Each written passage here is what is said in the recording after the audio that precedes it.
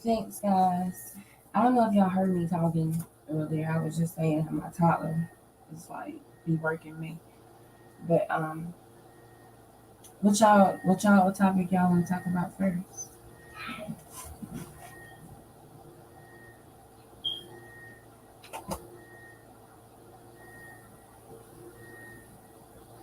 Appreciate that, Camille.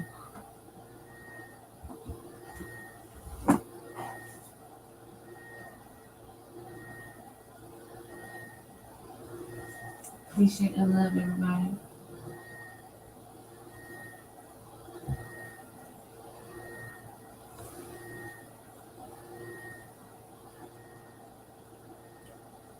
What topic do we want to discuss first? Do we want to discuss this the school shooter? Let's discuss the school shooter because I'm just gonna say I've always been a person that just says what everybody else is thinking. Um, Ain't no need to stop now. So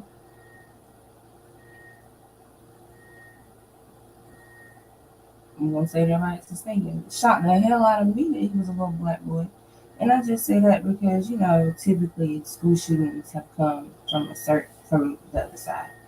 So that's the only reason why I say that. But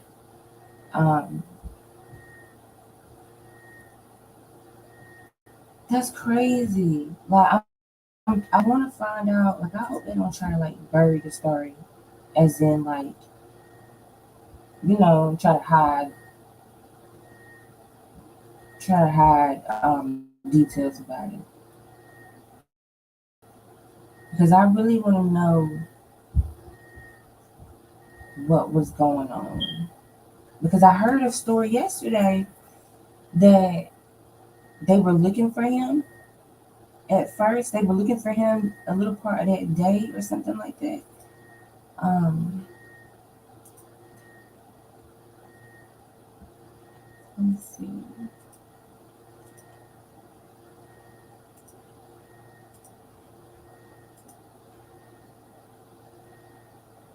Flow and candles flicker as students and school staff remember two classmates and two teachers killed in a shooting at a high school in Georgia. The grief mixed with questions this morning about if this shooting at Appalachia High School could have been prevented. The FBI releasing a statement last night saying the 14-year-old gunman Colt Gray was on their radar a year ago after allegedly making threats to commit a school shooting. Teen denied the accusations, and his father told investigators he owned guns, pardon me, but his son did not have access to them. Gray was not arrested at that time. Police say Gray used an AR-style weapon in the shooting and surrendered when he was confronted by police.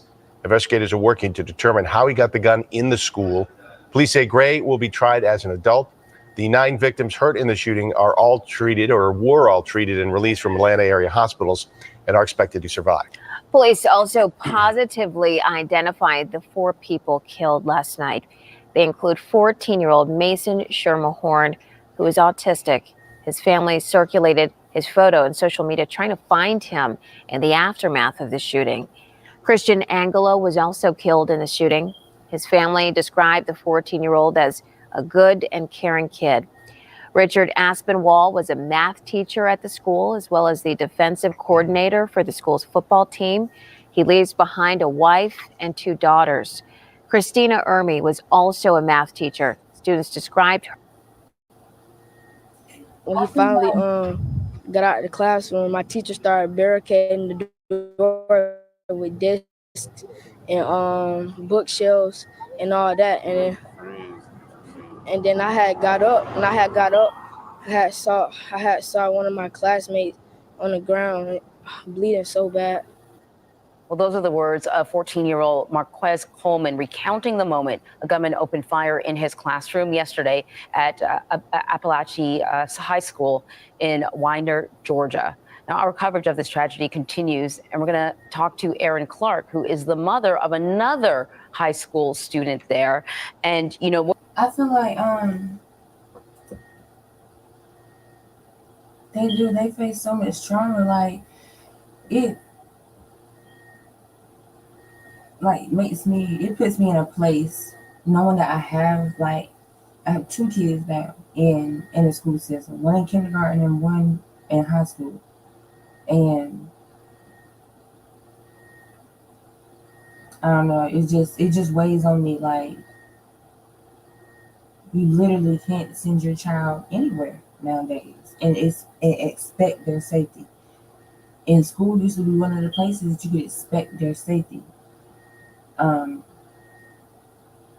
He does like a baby, and the of course, like I told him, my 5-year-old has level 1 autism. So to hear that the autistic boy was one of the ones that was unalive, it's just that just hurts me so bad. But I want to know what was going on in this boy's life, because they said that he surrendered as soon as he was approached. So it was like, hey, come get me. I did it. I want to be called. That's like the school shooter in Michigan. The school shooter in Michigan. He had wrote in his journal how he wanted to spend the rest of his life in jail.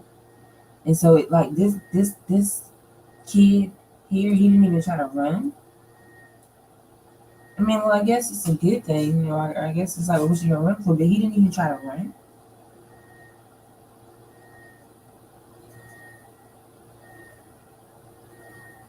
Like, what was really going on here? And then they said that he had made threats to the school last year, but because he denied doing it, I guess I didn't have no proof. It was what it was.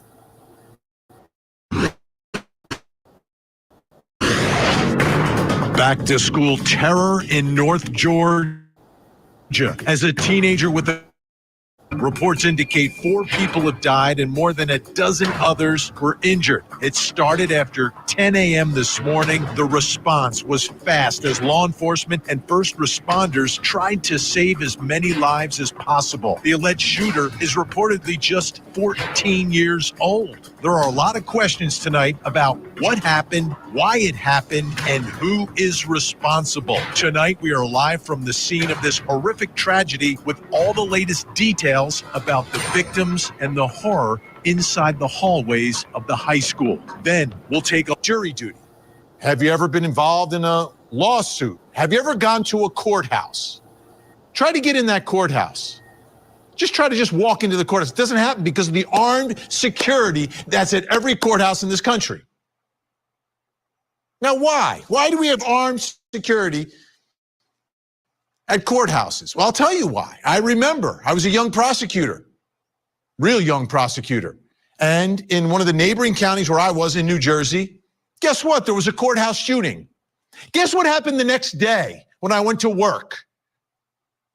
I went through security, which didn't exist the day before. Because they realized, oh, wait, this is potentially dangerous.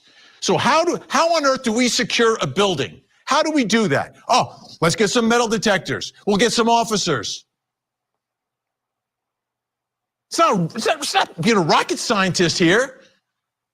Try to go to a government building. For goodness sake, try to go to an REO Speedwagon concert. You don't just walk in. You don't. Because everyone's concerned about safety. All of the politicians, they're concerned about safety where they work. Yet somehow, some way, after all these shootings like at Parkland, at Oxford, we learned nothing. And we're in the same position. And by the way, I know there's going to be a whole bunch of people want to get political about this, talk about we got to get rid of guns. Good luck with that. Good luck seizing 300 million guns and changing the Constitution to the United States. It's not going to happen. And by the way, it's not going to happen tomorrow, the next day, the next week, the next month, the next year. It's not going to happen. But you know what can happen tomorrow, the next day, in a week? Is you could secure every single school. We don't do it. And it happened again today in Georgia. It happened again today.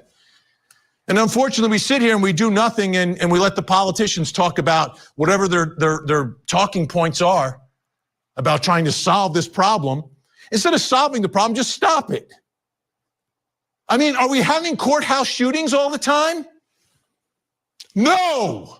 Why aren't we? Because they're secured buildings for decades now. For decades. And it wasn't that difficult. It really wasn't. I don't understand that. When are we going to secure our schools? Is there anything more oh, we can't afford it. Really?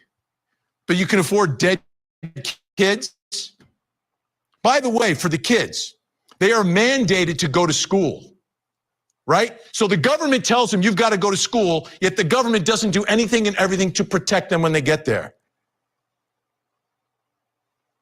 You can point your finger at this one, that one.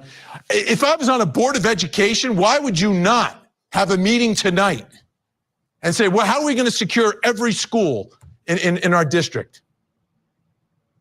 Why would you not have that conversation? Why is this so hard? Why don't we care?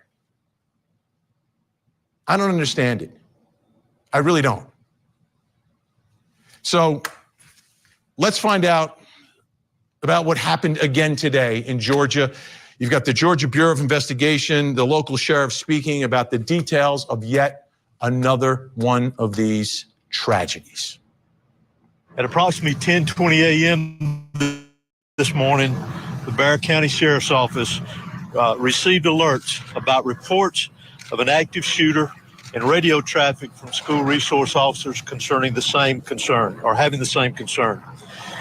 Within minutes, law enforcement was on scene, as well as 2 school resource officers assigned here to the school, who immediately encountered the subject within just minutes of this report going out.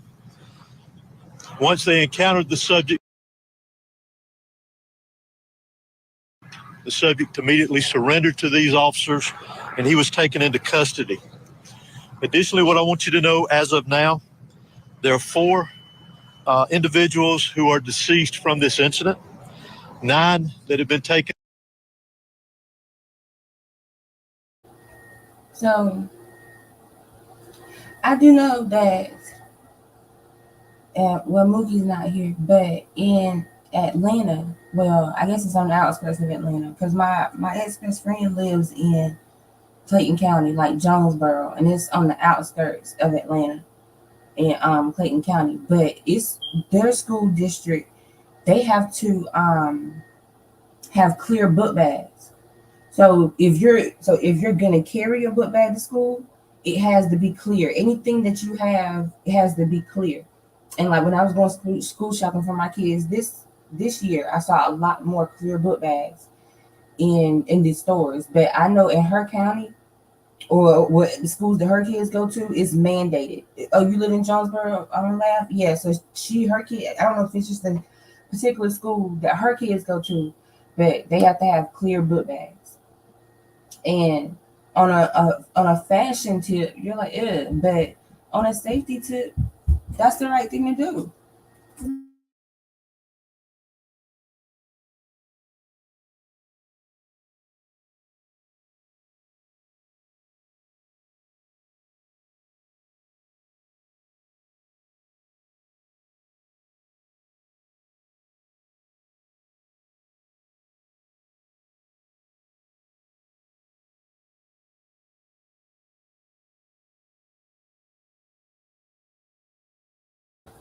Yeah, so I think clear book bags is a good idea, because at least you know what these kids have, because this is an AR-15 rifle. How did this kid get an AR-15 inside of school and nobody noticed it? Nobody. Now I know every school doesn't have metal detectors. I think it's by county. I don't even think it's a statewide thing, because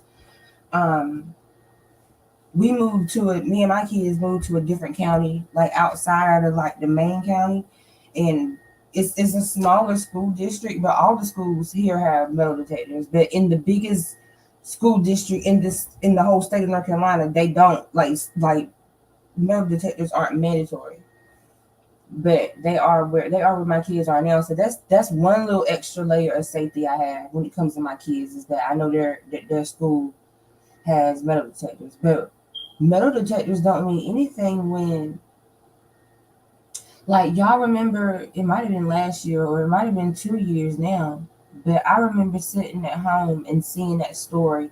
Remember when the school shooting that was in Texas, Uvalde, Texas, at the elementary school, and the guy had got in through like the side door. One of the teachers had cracked the side door, and that's how he got in. A metal detector wouldn't have stopped that. It wouldn't have stopped that. So there's nothing that technology can do to stop somebody that has bad intentions. But I mean, it's a start. You said you have to have clear bags at your job. Yeah, love. Like, at first, I think people would be, it would be an adjustment. That if for everybody's safety is kind of like I feel like for all these big events, these concerts and stuff, it needs to be mandatory that you either have no bag or a clear bag. I don't even want to go to no concerts or no big games or no shit like that no more. Just because, hell, you don't even know if you're going to come back home. It's always places where there's big crowds and people who have ill intentions like that, they target places with big crowds so they can do maximum damage. Like, that's what they want. So it's like, hell, I don't even want to go. Well, I'm an introvert anyway. If I see too many cars in the parking lot, I'm not going to begin with. But still, we don't have the expectation of safety, hell, even in our own homes anymore. I don't think that it has to do with gun laws. Like, I know every time something like this happens, all the politicians get together and start talking about gun laws, gun laws, gun laws. I don't think that gun laws, this has nothing to do with gun laws, okay? I was trying to talk to my mama about this. Like, listen, if you want a gun, you can go to the right hood, to the right block, to the right house, and get a damn gun. Period. Period. That's it. Yeah, the shit might not be legal. Yeah, it's probably stolen. It probably got a few bodies on it. But if you want a gun, you can go to the right hood, the right street, in the right house and get a gun. Gun laws can't stop that. It can't. Like,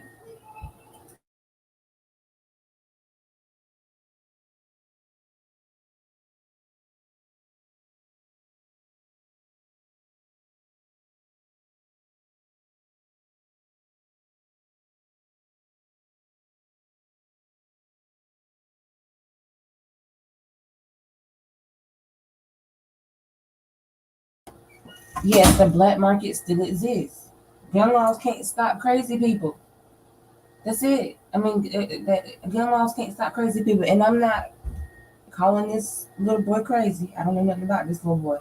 Something was going on with this little boy, for sure. Well, obviously, but I want to know, was it a situation like he was being bullied, or maybe he was the bully? I don't know. I want to know. There's kind of like not a lot of information about him that I'm seeing just yet.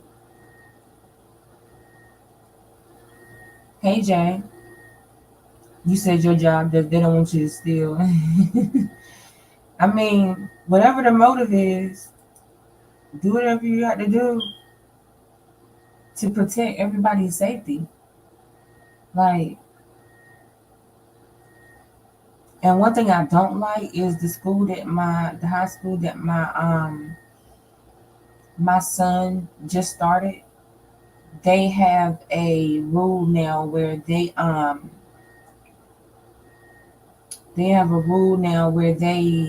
take your phones. So at the beginning of every class, there's a box in every single class, and every student has to put their phone in the box at the beginning of the class. And I don't like that, because if something go down and my son need to reach me or need to call, like, what happens if something happens, the kids can't even call 911 because they don't have their phone.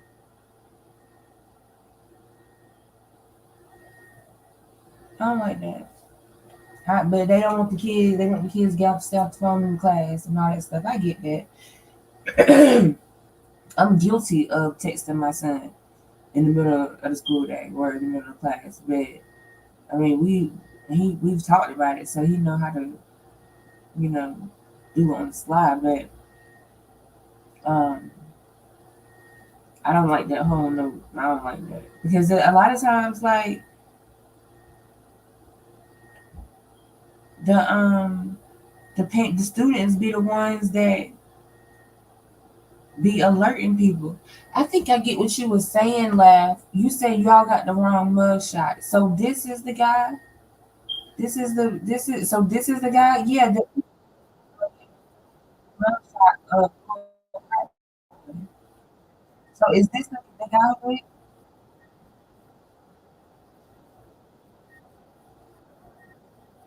Were killed. Oh yeah, they have. It's a lot of people that have the side as the shooter.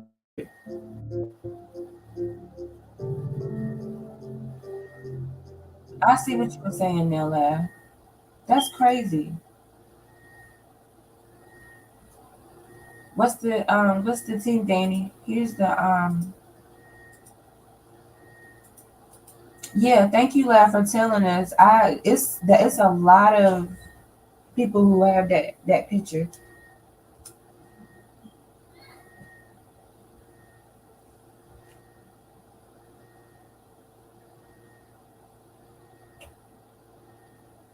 Yes, this white guy, Cavell, this guy right here that's on the screen, he's the shooter.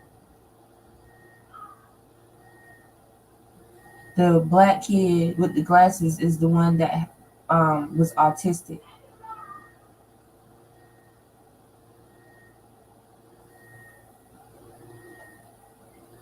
That's crazy.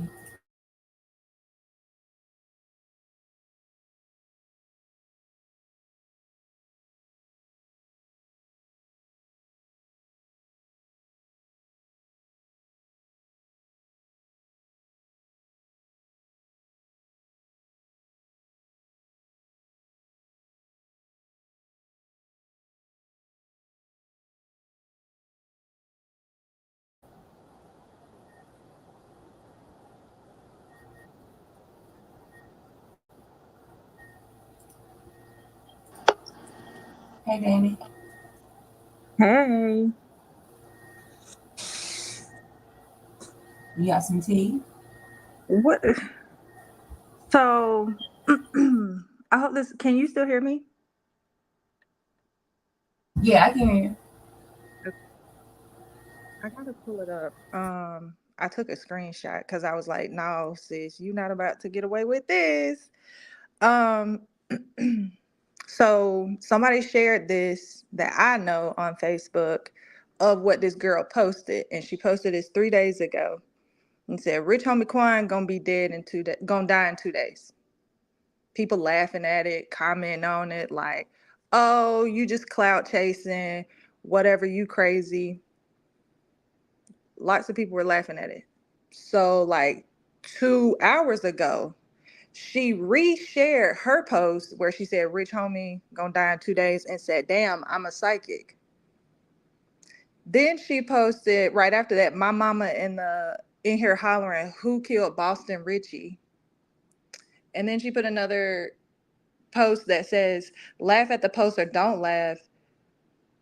That nigga ain't know your ass or me, y'all Aggie."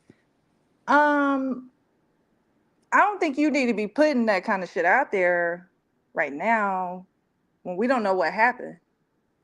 And I don't know who this girl is because her name is not spelled out all the way. It's like NY,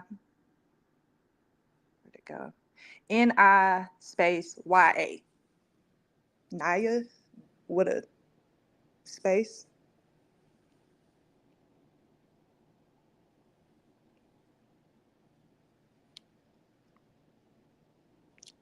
I'm just gonna say that I don't believe it's a coincidence that his name come up now. Like this is what the other blog I had put on trying to say. Like he was trying to say, ain't nobody been thinking about Rich Homie Quan, and as soon as he get mentioned, like for real mentioned in the trial, he did. I I can't agree with that because I've been jamming the Rich Homie Quan. I think last week on the stream I played some Rich Homie Quan like that. I think we was talking about him last week because we was talking about how his mixtape still be rocking. Yes. But I think that for the most part, mainstream, no, Rich Homie Quan has not been in the limelight, in the mainstream or nothing like that. And so for him to all of a sudden be thrust into the limelight because of Woody, Uh-huh. the next day he dead, I just don't see that being a coincidence. I mean, it I can just see somebody making it look like a drug overdose. yeah, it's hard for me to say what I think it might be just because there's so much going on. And I'm also like, but why him? Because I did recently, when I was looking into it, somebody said, why not I think they said the baby instead of Rich Homie. I'm like, man, these people, y'all acting like y'all guilty or something. But I know, now that girl, she might really know something. But like folks in my hometown, they don't know nothing. What's disturbing about her post is that, like I said, Rich Homie hadn't been. When did she make the post? 3 days ago. It doesn't say the day. It just says 3D because it's Facebook. So like 3 days Right. ago.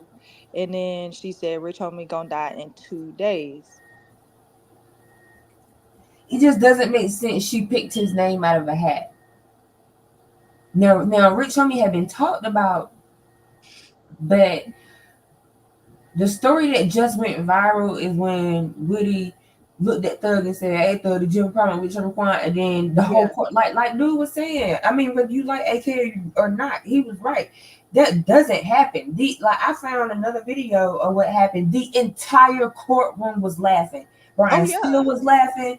Adams was laughing. I saw that. Everybody was laughing. And then the judge not say nothing. That's just weird. And no, I'm not saying that it has anything to do with Rich Homie Quan's death. No, I'm not saying that at all. But that was weird. Yeah. And so that has been circulating all over the internet for the last 24 hours. That's all we've been talking about, is how Woody did that in court. And all of this is happening a little too odd. Like the timing is just weird. That's what I'm saying. Yeah, the timing. Rich Homie, I follow him on IG and he's always on live. And like one day, either I saw the video, his interview, or I saw him on live first, but I can't remember. Something was last weekend. Anyway, but he was saying, like free Thug, like he had no issues or whatever, but people on the live were like, what you gonna do about Woody? What you gonna do about Woody? So I feel like internet people probably were getting in his head just a little bit. But I don't know that, like, I just think that because of that drew Woody to make his video. Woody makes his video, and then I guess Rich Homie went on his interview that you saw, that I saw. They laughing at each other or whatever is going on. I ain't trying to say it looked like a duck, quack like a duck, but it does. Especially when Woody just got off the stand. I mean, nobody's really thinking about him anymore, supposedly. Rich Homie, if you don't know who he is, a lot of people not worried about him. So it could have been plotted. I will never not think that when it comes to celebrities and drugs. I don't care to what degree. I never not think. I still want answers about Whitney Houston. Ma'am. I am Whitney's biggest fan. And when I tell you that Whitney was murdered, Whitney was murdered. Okay. I still need answers. I be screaming it to the rooftops. My mama be like, "Girl, be quiet, Mama. The lady was murdered." Okay, I'm just not gonna sit here and let Whitney's death go acknowledged. Okay, y'all. Okay, so she had drug problems. What quicker way to write her story off than to tell everybody she died of an overdose? But this so happens to be at the same time that she's having problems with Clive Davis. Yep. Clive Davis wanted to do some of the stuff that Whitney wasn't down for when it comes to her music. She kind of really wanted to separate herself from Clive Davis. And Whitney has always been Clive Davis's like cash cow. Mm-hmm. Clive Davis is like this with Puffy. Yep. We all know everybody around Puffy magically dies. Yep. You right, Laugh. MJ, Prince, all of them. I'm telling you, some just, it's always questions. It's always questionable to me. They can't. They like to write stuff off as a drug overdose because it's easy for people, especially with somebody who's had drug history. It's easy to just go ahead and put that story out there and for people to believe it. Well, you know what? And this is not to excuse them or whoever allegedly committing crimes. Kids, if you listening, don't do what I'm saying right now. But if I'm going to commit a crime, if I'm going to cover it up, I'm going to be on my P's and Q's. Like somebody said about Whitney Houston, she in this like stupid 5-star hotel. You know they got to have beefed up security. You know they got cameras. And you may tell me y'all ain't have footage of no activity to go off of? I know y'all lying. Child, I heard that they know for sure that Ray J was one of the last people that she saw. He is lying. I mean, yes, you're right. And he's lying like he don't know what's going on. No, I need you to tell me what's going on. I don't care about your relationship with your wife or ex-wife or whatever. I need to know what happened with Whitney. Because Ray J knows something. Yeah. And something about that interview that she did right before she died and she passed a note to Brandy. Yeah. See, they don't want me working in the FBI. But I mean, there's a lot of artists who have died, and yeah, they throw the drug thing on them. But when it comes to Rich Homie though, because I saw one of his lives on Instagram not so long ago too, and this was when it was rumored that he was being called or gonna be called or something like that. So people was up there asking him about that, but he was just kind of brushing it off. But I ain't even gonna hold y'all. That really was like, I told you my mind's cynical, so sometimes I don't even really say the things that I'm thinking out loud sometimes because I'm like, I'm here with you. You know, I'm like, wait, am I too dark for people? But in my head, I ain't gonna hold you. I really did have the premonition that they served a subpoena on Rich Homie to testify. So I think, because we don't know right off, I don't think, out of the original 700, he was on that list. Oh yeah, he was on the list of the original 700 witnesses. And when they had to start dwindling down stuff, I think as the trial has gone on and more information has come out, they probably have been like, we might need to call him in, especially after the barbershop. After Woody. Yep. Right, because I mean, Lil Wayne was on the list, Birdman was on the list. They know they don't have any. They don't have really no way to compel these people to come in, but you can't subpoena them, right? That's the way of compelling them. But anyway, I had that thought when it was confirmed that he had passed, or when the rumors going around. I had that thought that maybe they went ahead and told him that they need him to come in, and maybe somebody else didn't want that to happen. Well, I thought this was going to happen, but not to him. And I thought it was going to happen to another witness, and it was going to be post them getting off the stand. But shoot, we still can't put that possibility away.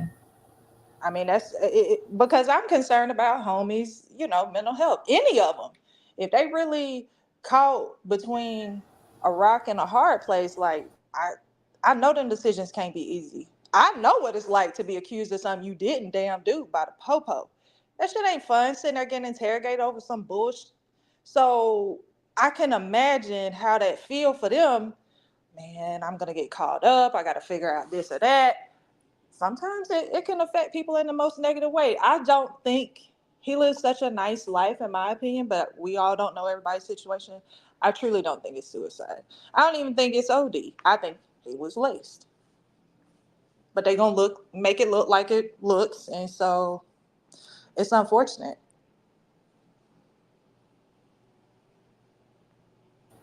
Yeah, I don't know. Yeah, Cavell, plot twist. It could be a plot twist. Okay, but let's go with him doing it on his own. It just happened to be a lace pill.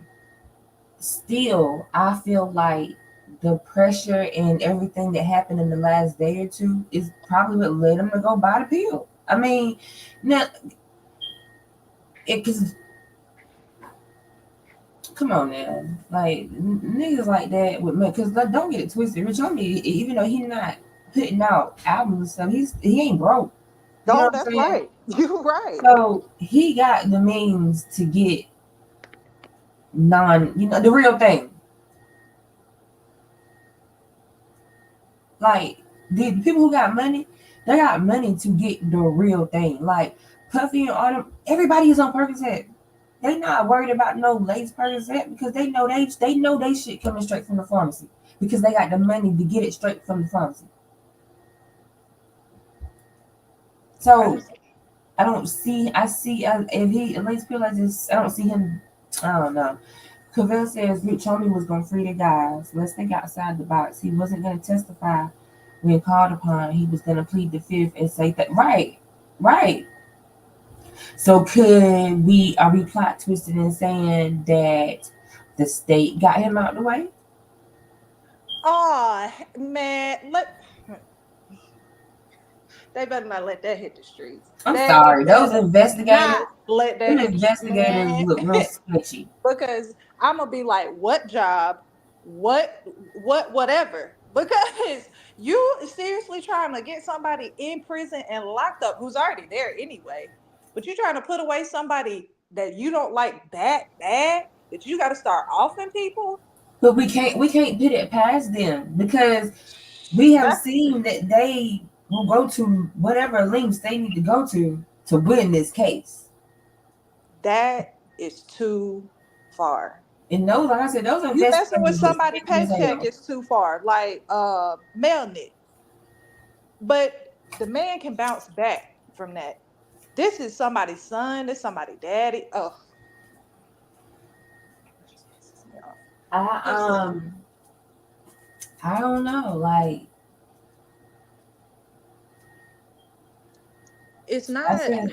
And I mean, the fact that he's still, because I don't think, respectfully said to all of the people of the world, I don't think nobody gonna try Woody. Okay, ain't nobody finna, clown this man and stuff. So that's because Rich Homie has had all the time in the world to do that. He ain't done it yet. So I don't feel like he was doing this to get at somebody like Woody. If he was going to retaliate or something like that, but it just don't make sense.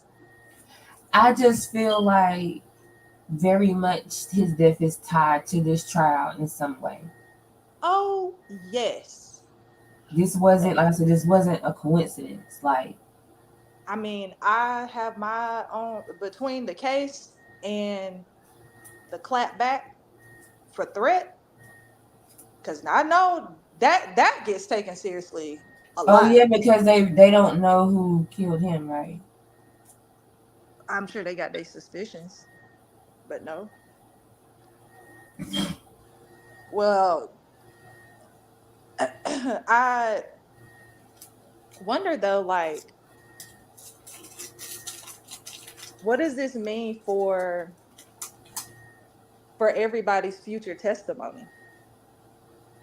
Because anybody who is supposed to testify, they probably are super close to this case, like people of Atlanta or whatever. How is this going to change their testimony now that this is happening? Because I kid you not, I thought about this once or twice with Woody when he was on the stand, that it would happen while he's on the stand too. And I'm like, man, this is really gonna spin things. And now that this is, and he recently was brought up, You got to think about who benefits most. Who benefits most from his death? Cavell says Quan had got threat gone and someone got him back. That's what I'm saying. That's exactly what I'm thinking. That's why I said what I said about Memphis. No offense to Memphis, no disrespect, but it's like this back and forth. It probably already is Oh yeah, going on. Memphis off the damn chain. Yeah, Memphis is Iraq.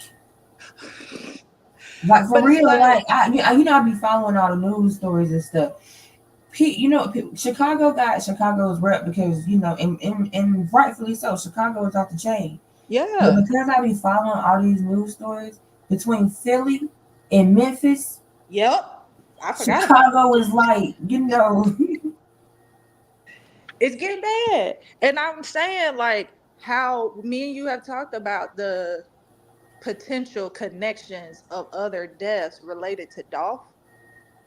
That's why I'm like, man, I hope this don't turn into something here in Atlanta like that. Where it's like, we just end up just popping off people left and right, and we losing artists and stuff like that mean a lot to us. Rich Homie I is don't put it past. staple in my introduction to marijuana. Okay? Him, they staple. All right. My 21st birthday, I wasn't drinking for the first time, but I was smoking for the first time. They are a big part of that. That's why Oh, you're a baby Snoopy. I know, right? I've only been doing it for like a decade. But that's why it hurt me so bad. I'm like, man, I know you lied. And I saw Rich Homie in Rome. Like that. I had just put one of his songs up not too long ago on my IG, like it's one of my like a little note or whatever. It's like I said, that I will never stop going in mixtape. It still rides. Shut Baby up, Bones. Camille.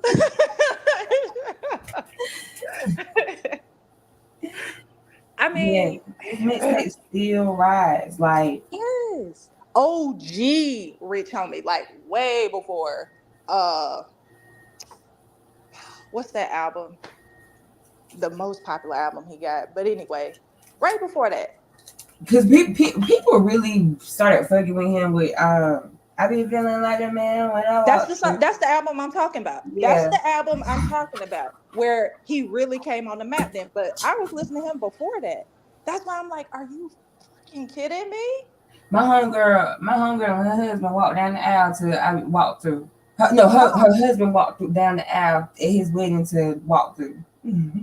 He knew he had put himself out there where people love it. I mean, his most recent album I downloaded and listened to because his songs have a message to me. Like they not just BS rap. He usually has some kind of message in there. And I'm like, okay, I can respect. And he was starting to, because if you Google, like when you just Google Rich Homie name, like his tour dates come up. Like he was doing shows and stuff again. Oh yeah, he was just in I think I saw Knoxville and somewhere else last week. And I'm like, man, he's still, and what, 20,000-30,000 a show? That ain't bad. If he do 10 shows a month. But I'm gonna do some investigation and reach out to some of my connections because I want to know about Homegirl. I don't play like that. Yeah, that's weird. It would have been one thing if she just was like, oh, I'm feeling psychic and I think that something bad's gonna happen. But the fact that you got all these people on here are laughing at it, and then you come back the day it does happen and say, laugh or not, he don't know y'all and y'all didn't know him, that's disrespectful as fuck.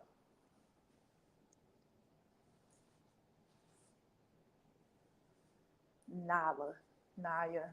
I don't know. He must have. What do you feel about his statements being said about him basically shooting up your dad's barbershop?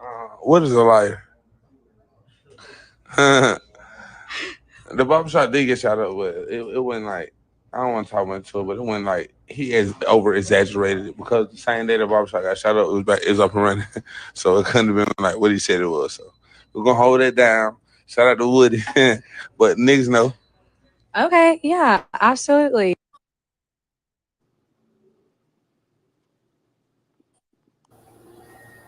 And then I put Woody's post that he made about Rich Cromie. I put it in the Instagram chat. It just was weird. Mm-hmm. Cause it's like people are automatically tying Thug. Like it's not like when they put in rest in peace Rich Homie Quan, they put in pictures up of him and Thug. Like he want his own man.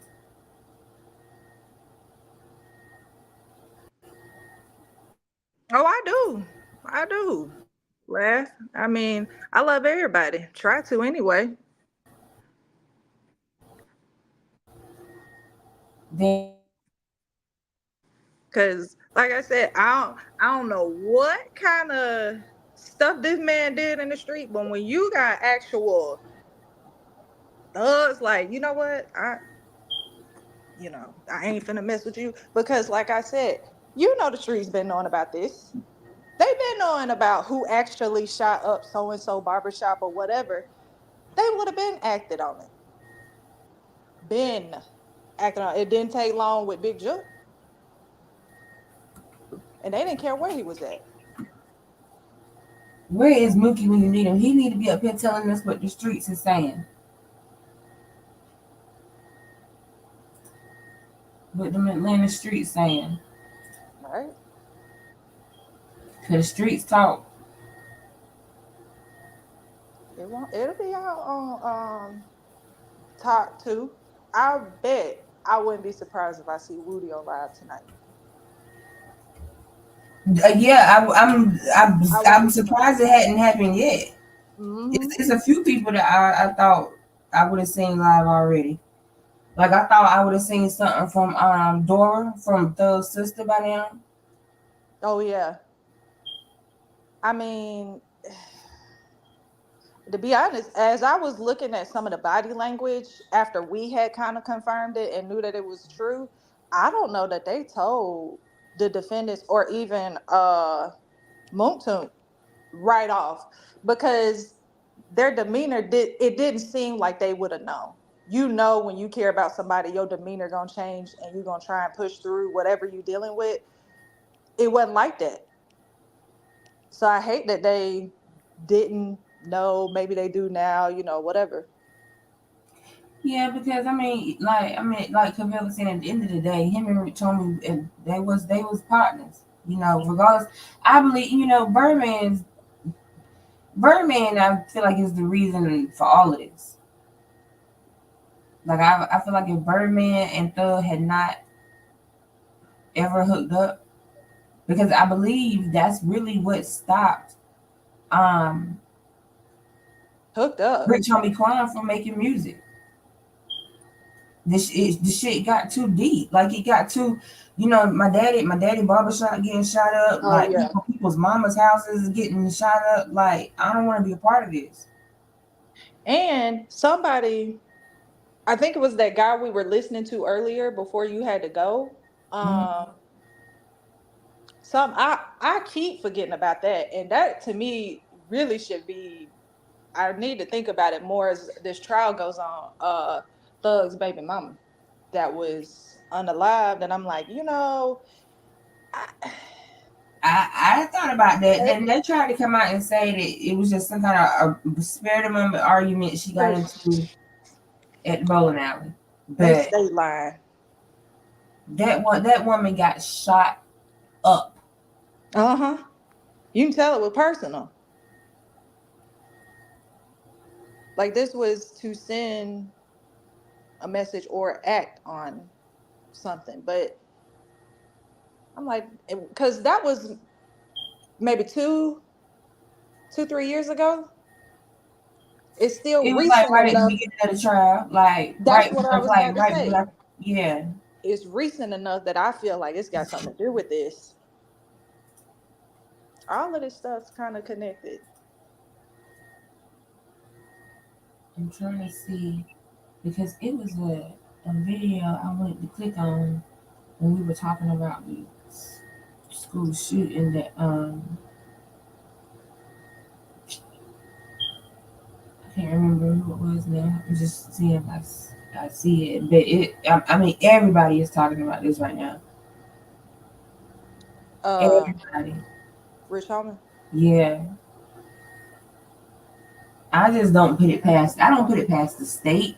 Look, I'm a big Scandal fan. I just say I have watched the entire Scandal series at least like 2-3 times already. So after watching Scandal, I don't put nothing past the government.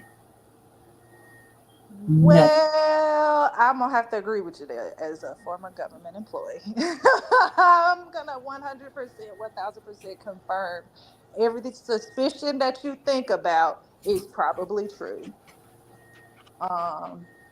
Every single thing, down to recent events that like it's just a bunch of shady stuff in government. But then you got people like me who want to go work back in it because I don't know, you get used to it, and that don't really get to you as much. So do y'all really think that Rich Homie Quan has something to do with Threat's death? Do y'all really think Rich Homie Quan capable of like how they saying in the courtroom that he put money on somebody's head or whatever, like because he doesn't seem that way. But do y'all think that he really is that way, or he really is capable? Hey Mookie, I was just talking about you. I was just saying where Mookie need to be telling us what's going on around the streets. What the word is? What they saying in the streets? I'm sitting here looking at videos. I didn't even know that Rich Homie Quan did a 20 versus 1 or 50 versus 1 is what he did. I ain't surprised by that, because what R. Kelly say? Come and braid my hair.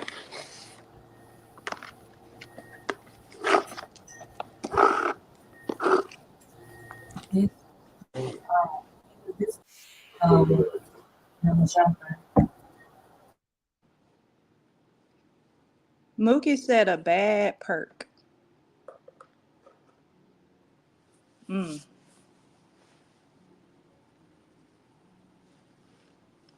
I mean, right. And so when did that fall apart? And was it abrupt or sudden that you guys just stopped having anything to do with each other, or how did that unfold? we all got our own side. The shit started falling apart. I feel like when we started going on, we started getting booked for shows and shit. You know what I'm saying? So it was like together.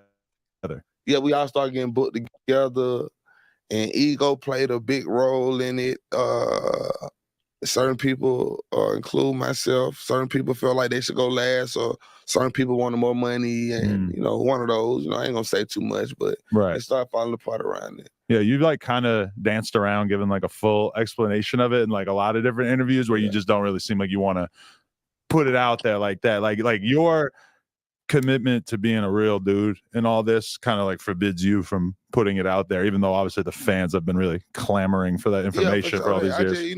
I say a little, you know what I'm saying? Sometimes the best answer is no answer, like I always say. So I just say a little, but just try to read between the lines. You know what I'm saying? Right.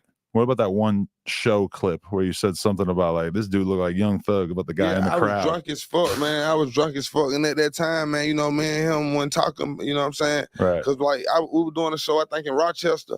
And I think, man, Yak Gotti came and unplugged. I'm about to do Lifestyle. We on the same show, but me and Thug, we don't see each other. And the nigga Yak Gotti unplugged the goddamn my DJ shit. I'm like, man, what? I look back, he was like, yeah, man, Yak Gotti. So we just get up out of there. Well, we don't like saying like we ran, but we just got like, man, cause Thug was performing after me. You know what I mean? So, and that was I saw him then, and that shit got squashed. Cause there ain't never been no real tension between me and him. It was more about the niggas around him making it, and the niggas around me making it more than what it was. Cause like, we would still see each other head nod, you know what I'm saying, keep it moving. You know what I mean? You know what I mean? Really been no real tension, but egos played a big part in that shit. Interesting. Okay. And so the rumors that people have tried to put out there about saying that Rich Homie Quan snitched on somebody or whatever, that it was some street thing, there's no truth to that? That's just people trying to figure out something? Well, I ain't never even heard they said Rich Homie Quan snitched on nobody. That's crazy. That's my first time hearing it. Right. Yeah. Somebody tried to push that on me in recent memory, and I was just like, I don't know where you're getting this information. Nah. I definitely ain't snitching on nobody, bro. Pull the paperwork. Okay, so did you feel like at that point though, when that happened, did you feel like some percentage of the fan base kind of turned on you? Because you've seen this happen throughout rap history, where like if two rappers have problems with each other, some percentage of the fans are gonna side with one person over the other. And I would say they sided, and they didn't side. I'm gonna do it in order. They did side, but at that time I'm going through the litigation with TIG, so I can't drop no music after the Rich game. Right. Flex comes out in that time. You know what I'm saying? So I couldn't drop no music for 2 years. So it's like, and Thug hot as fuck right after that. So it's like they had no choice but to roll that. I couldn't drop no music. So yeah, of course I felt some type of way. Right. But not toward him, more toward the people. Right. You know what I mean? Because it's like the industry can be so fucking fickle, where it's like that's why when you hear people talk about wanting to be a rapper, there's like party that wants to kind of like warn them about what a tough job it is and how much you have no fucking control over your career in the sense that and the shit's so political, and right. It's like it's dangerous, bro. And like period, it's dangerous, bro. Was that an element of it that, I mean, you're telling me all about your life story and stuff, and you are talking about doing, well, you didn't really talk about it here, but I know you like went to prison or jail for robberies and shit like that. But was there an element of it where you kind of wanted to stay away from street shit to a certain extent, and that it was kind of starting to become a little bit more of that? Yeah, that's always been me. Like, you know what I'm saying? Like, I went to jail for burglaries, like not even just like robberies. So it's like, you haven't met, like, I'm sure you have like a street pass or people you're affiliated, whatever. You don't have to go into detail, like, but I'm from the hood. But it's not like you never seemed like you really were emphasizing that. Whereas a lot of rappers now, that's kind of like their whole rap persona is I'm from here and I'm banging this and this. Nah, that ain't never been there. And like you just said, and a lot of shit, like, you know, shit was getting a little too street for me, you know what I mean? So I mean, I feel about, you know what I mean? Shit was just, you know, I wasn't raised certain ways, bro. You know what I'm saying? I come from I got a good pop, man, you know what I'm saying, who keep me, he put me down on a lot of game, you know what I'm saying? Certain shit just like that don't even go with my morals. Right. As a man. Definitely. You know what I'm saying? So how do you can't drop music, and you know you feel like some percentage of the fans are not fucking with you the same way they were. How does that feel that you're like basically muzzled? You can't really do any of the shit you want to do. I got a dark cloud over my head. I'm seeing my peers take off, even from like not even just Thug, from Migos, and this all us like sitting on Gucci couch. These my niggas, and all I can say nothing against them. I can't respond because I'm going through litigation, and that shit. The cloud that shit had over my head fucked with my mental so hard. So even for me to get up out of that, bro, that shit was like, and it took me a minute to get out of it. Bro, I probably rolled, man. I'm still doing shows though. Doing the litigation, I'm still doing shows, so I'm still getting money. I'm still getting booked. I just can't drop no music. You know what I'm saying? Like, I got a catalog, so I've been eating for the last 11 years, like on the road, like nigga, every week, every weekend. You know what I'm saying? But the cloud I had over my head, like, nigga, I ain't listen to no radio. Like, we on the show, and they know how much I am just about playing new music. Or, bro, I ain't get in the studio, bro, probably for 2 years. You know what I mean? And I ain't listen to no music, no type of radio, no sound in the car. Wow. Because it was just depressing? Because if you go in and make music knowing you can't drop it, I mean, that's got to be a horrible feeling as an artist. Yeah, I just like, bro, I was depressed like a motherfucker. Cause not even like, it was just so much going on. Like, I want to record, but my mind ain't even there. And that's how I'm big on, like, ain't no point in me trying to get in no studio. My mind ain't there, and I know my energy out. You feel me? I don't even want the fans to get that side of me. All right, people, we just hit 300,000 subscribers. You know we're trying to hit 400,000 subscribers. So that little red button. That's crazy to hear him say now how that the industry is dangerous. Like, it's eerie to hear him say.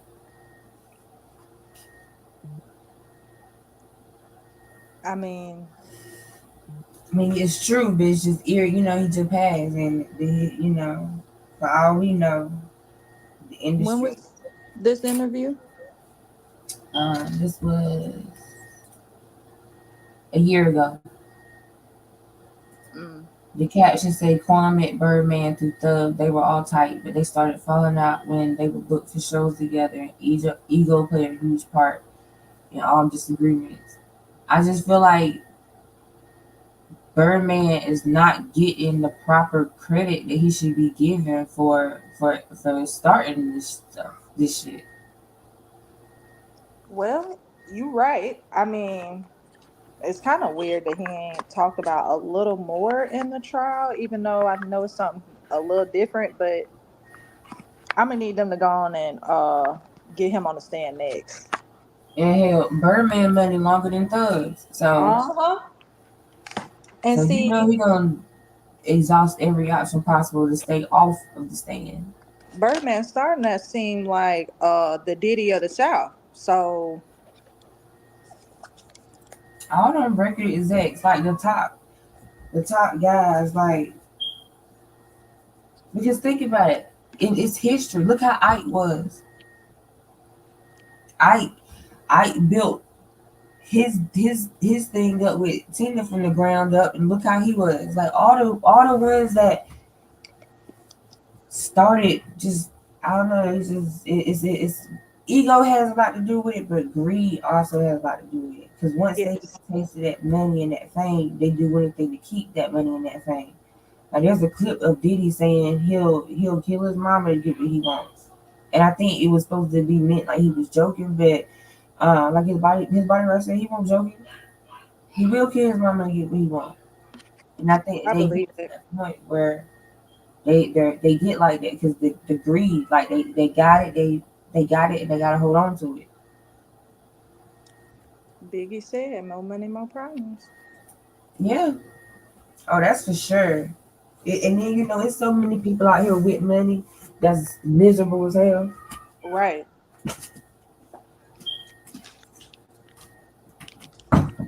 I just want some answers. Mookster, come on up, cause I got questions. Who? Oh yeah, Laugh. Scandal was mine. I'm telling you, Laugh. Shonda Rhimes is, because I watched I caught on the How to Get Away with Murder late. Like I think I started watching How to Get Away with Murder after it already went off. But once I watched it, that was a great show. Like, yeah, Shonda got a gift. But Scandal was mine. Like I said, I rewatched the entire series at least twice. Like I haven't watched. And Grey's Anatomy is my Grey's Anatomy is my feel good show. I don't know, but I've rewatched the entire season of Grey's Anatomy multiple times too. That's all right. That's all right. I'm gonna take my little ass over to my 50 Cent shows and watch all of the Power over and over and over. I like that. I like Power. I watched all of those. I watched. I think that they should have came. I haven't watched. So the show now where Tommy is in Chicago, I can't get into that. I think I watched the first episode or two, and I just couldn't get into that. I think this ain't gonna do it, Tommy. Huh? You nah, this ain't gonna do it for me, Tommy. I didn't. And maybe I should have given it more of a try, but when they canceled the one with Tyreek, that pissed me off. Like they should have kept that one, and I mean, we should be able to. We should. Why would they start Tyreek's story right there? Like that was whack. Hey Chris, you said you never seen Grey's Anatomy, girl. I got into Grey's Anatomy late too. Like Grey's Anatomy been on for a while, so it had already been on for a very long time before I really gave it a shot. And man, I was like, oh my gosh, it is one of them shows though that they have tearjerker moments too. But yes, it's always been lit. They got 20 seasons or so of Grey's Anatomy. Yep, it's 20. That's starting to sound like a soap. It's over now. Oh, they not doing any more new episodes? Yeah, whatever season they either, because I'm not caught up. Whatever season they are working on, or either last working on, was the last one. Yeah, I'm gonna get it together then. yeah, yeah, Chris. I got into that one late, but it was really, really good. I didn't. Now that one I have not rewatched over again. Like I have rewatched entire like shows that got like 8 seasons. Oh man, don't let me find a show that got like 8 seasons and expect me to go and to do anything. I'm busy. I'm busy. That's how I like it though. Like I'd rather the show already be done and I ain't gotta wait on more seasons and then I go back and watch it because I can't stand like we've talked about P Valley or Power. The one with Tariq, the last little bit starts tomorrow. I think it's only like maybe 5 episodes. Oh man. But like I want it to already be done and then I come and watch it. Oh yeah, yeah, yeah. Because having to wait on the next episode I is be like, terrible. Like you, because the let them episode be drink so this fire, time. you be like, dang, I don't want to. I want to watch some more. Yeah. And you forget, and they taking so long nowadays to come out with next seasons that I'm like, I gotta go rewatch the last season just to remember what happened. Yeah. Cause they little season recaps at the beginning of shows, that don't be doing it for me. Yeah, yeah. I was enjoying like in Mary J. Blige character and stuff. It's like, yo, why we in this show? Yeah. Well, now see, allegedly she's in with the diddler in some ways. So, and 50 Cent ain't about that. So I wonder Oh yeah, around the because same her and time. Diddy are tight.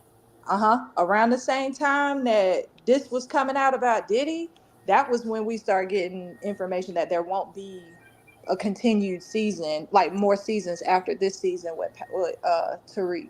You right. You right. 'Cause, I I mean, was and it like, could be just man, as simple as thank you, Mary Simone. J.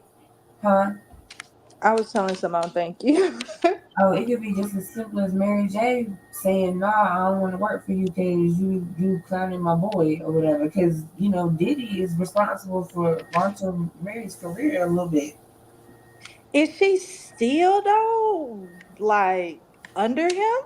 No, no, Record no, label? no, Oh, no. She been away from him like as far as labeling stuff wise for a long time. Like in the early '90s when okay. she was first coming up, she was.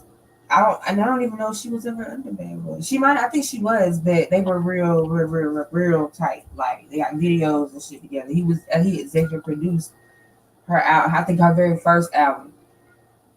So we talking about Mary J. Blige, Simone. So yeah, they are real tight or whatever. And it was 50 supposed to be making this Diddy Do It documentary about Diddy. So it could be as simple as Mary J saying, "No, I don't wanna work for you, you clowning my boy or whatever." But that would make me look at Mary J differently because as a woman, I expect you to stand up for women. And we all saw the video. Like nobody can be ignorant to him. That's why the feds released that video. That video of him and Cassie, the feds released that. Mm-hmm. That was their way of sending a signal to all of his rich friends that if you stand beside him, you stand behind him, we this is you gonna face public humiliation too because everybody's seen it. It's no longer a secret. So Yeah, that's true. Simone, I forgot about her being on drugs because she was talking to was Casey or JoJo, whichever one of them two. JoJo, I I mean remember, Casey, yeah. both of them was on drugs together. Mm-hmm. Yeah. Well, did you see the interview or like a clip with which he's crazy to me? Judge Joe Brown and the Diddler situation, like something about maybe it was fake or it was staged. It was distraction. It was something he said. I don't really listen to him that much because I'm like, this man sounds like he a hater. What he said that about a lot of other people I've listened to him talk about, and I'm like, you sound like you mad that she rejected you or something, because it would be about certain females too, and I'm like, you sound real salty. No, I didn't hear that what you're talking about, but I do know that he has a lot of controversial like points of views on things. Hell yeah, they smoke that kneecap. They was the first Bobby and Whitney. Like they was Bobby and Whitney before Bobby and Whitney. But they kept it low key though. Like Bobby and Whitney was just loose. Y'all remember that show they did? The reality show they did? Who? The Bobby and Whitney reality show where I remember that. That was the funniest shit, yo. I'm a big Whitney Houston fan, yo. Like I bought a shirt after she died, like that, and I still got it now. But I be telling people, no Whitney slander around me. No, I'm not trying to hear that. Because I'm just gonna say this, and I know some people might not like it, but Kevin Costner's still in love with that woman. Oh yeah, for sure. That's all he's still in love with that woman. They've done recent interviews with this man and they bring her up, and I'm like, you can tell that man, it was almost like I was watching Woody and Kayla Bumpus interview, and he was like, you want me to tell the truth? And she was like, yes. But what you gonna say? Yeah, that's that kind of like flirtatious middle school energy. I was like, You can tell by his speech at her funeral. He had a speech at her funeral, and you can tell that was real. Like that wasn't fake. Like that was his girl. Like if maybe Kevin and Whitney seemed like another time, maybe for another time, another life type shit. Like there's always that one person that the timing just was never right. And ain't gonna never be right. It just is what it is. But maybe in another time, in another life. I know you don't always go for the Illuminati conversation, but do you think that for the sake of money, her relationship was meant to be with Bobby and not Kevin? You think that she would be as famous or as popular or whatnot? I mean, she had already established herself before the Bodyguard movie, but I just wonder sometimes, like, what, you scared of public image? Like, what really is the reason why? Well, I'm not sure if Kevin Costner was married at the time that they did that. I'm not sure. Yeah, I'm not sure if he was married or not. But I feel like if she would have ended up being with Kevin Costner, she would have been a bigger star than she was. Because keep it real, She be here today, I bet. Bobby was her. I'm not gonna say Bobby was her downfall. They were each other's downfall. I don't like it when people try to put the blame on Bobby for Whitney being hooked on drugs. Whitney said herself that she was doing drugs with her brother before she even met Bobby. So Bobby did not start her on drugs.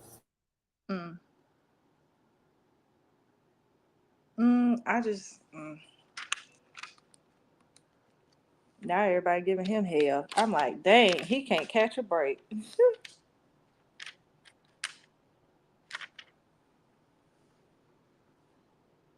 Sorry, I'm thinking asking for muffins. But yeah, she said herself that she was doing drugs. She was smoking coke with her brother before she even met Bobby. So I think they were each other's downfall. But had she would have been with Kevin Costner, girl, and they would have popped out some little pretty mittens babies. Girl.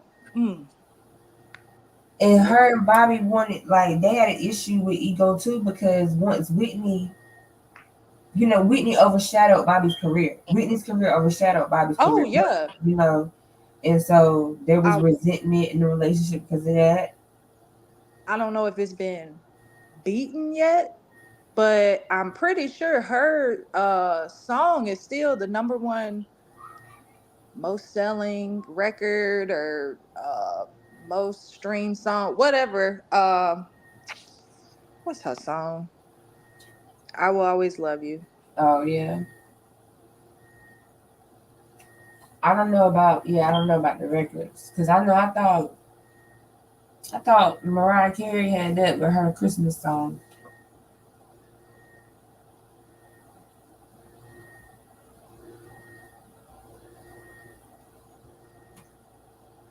Yeah, Laugh. I saw the headline that Megan did, but she posted that 8 hours ago, like kind of when we all found out that it was the bailiff. Unless she posted something recently. But when I saw it, it said 8 hours ago. I'm looking at her.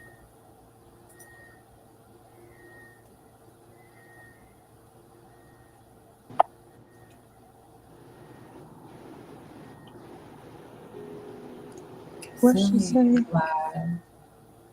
Oh. Didn't somebody say earlier that it was rumored that she lied? I don't know where I saw that at. So I thought I saw it in the chat. I don't know. What you said? So you saw somebody put it in our chat? I think so. Yeah, that she lied. Like somebody saw or something that she lied. Oh, you know what? Laugh said it. Yeah, You know what? I thought I remember somebody saying that. I don't even remember seeing it in the chat, but I heard it this morning. I meant to talk to y'all about that. So the guy that Cavell was talking about, Dennis, that is like Sylvia's, I guess, rival, not rival, but The hater? Yeah. He came, he had a live on this morning or whatever, and he was talking about, because of course the YouTube world is talking about, a YouTuber that got kicked out of the courtroom. So he said that what people don't know, I need to try to find it. What he said is what people don't know is she can't see the jury. Really? He said, and I remember when Judge Whitaker came in and she like moved the jury back a little bit from where they were previously sitting. But he said that after she moved that, it's like a plexiglass and some let me go back to it. Like I said, This is gonna make me mad. He was like, she can't see the BSing that lady like that.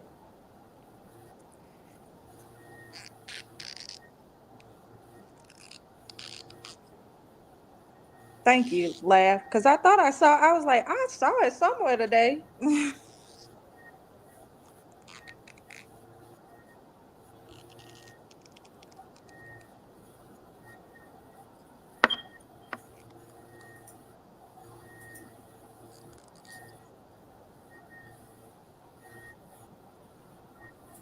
Y'all can hear it?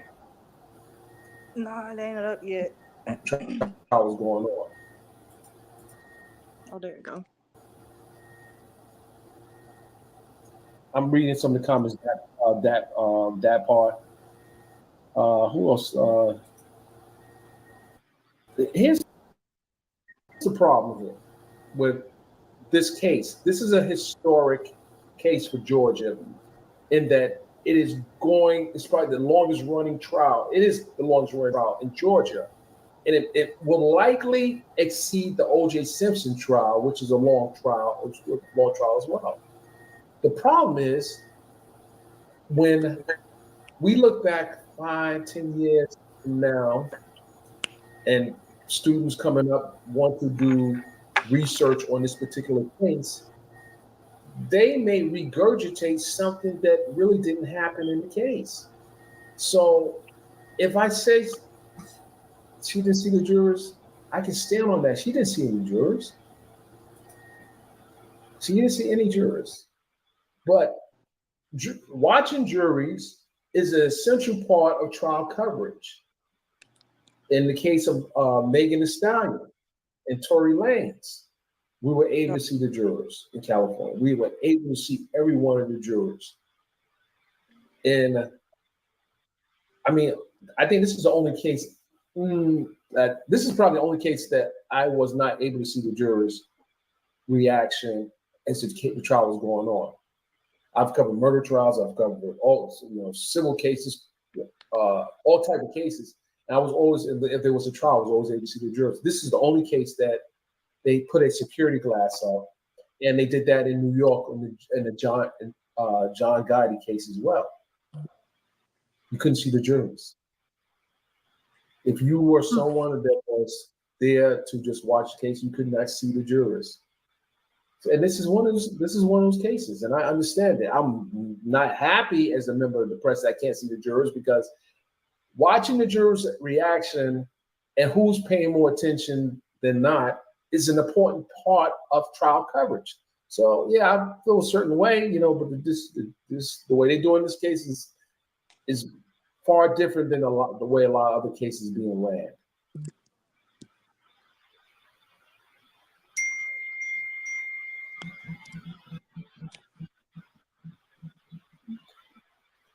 Okay, let's see here. I'm returning some of you guys' comments. Stand by.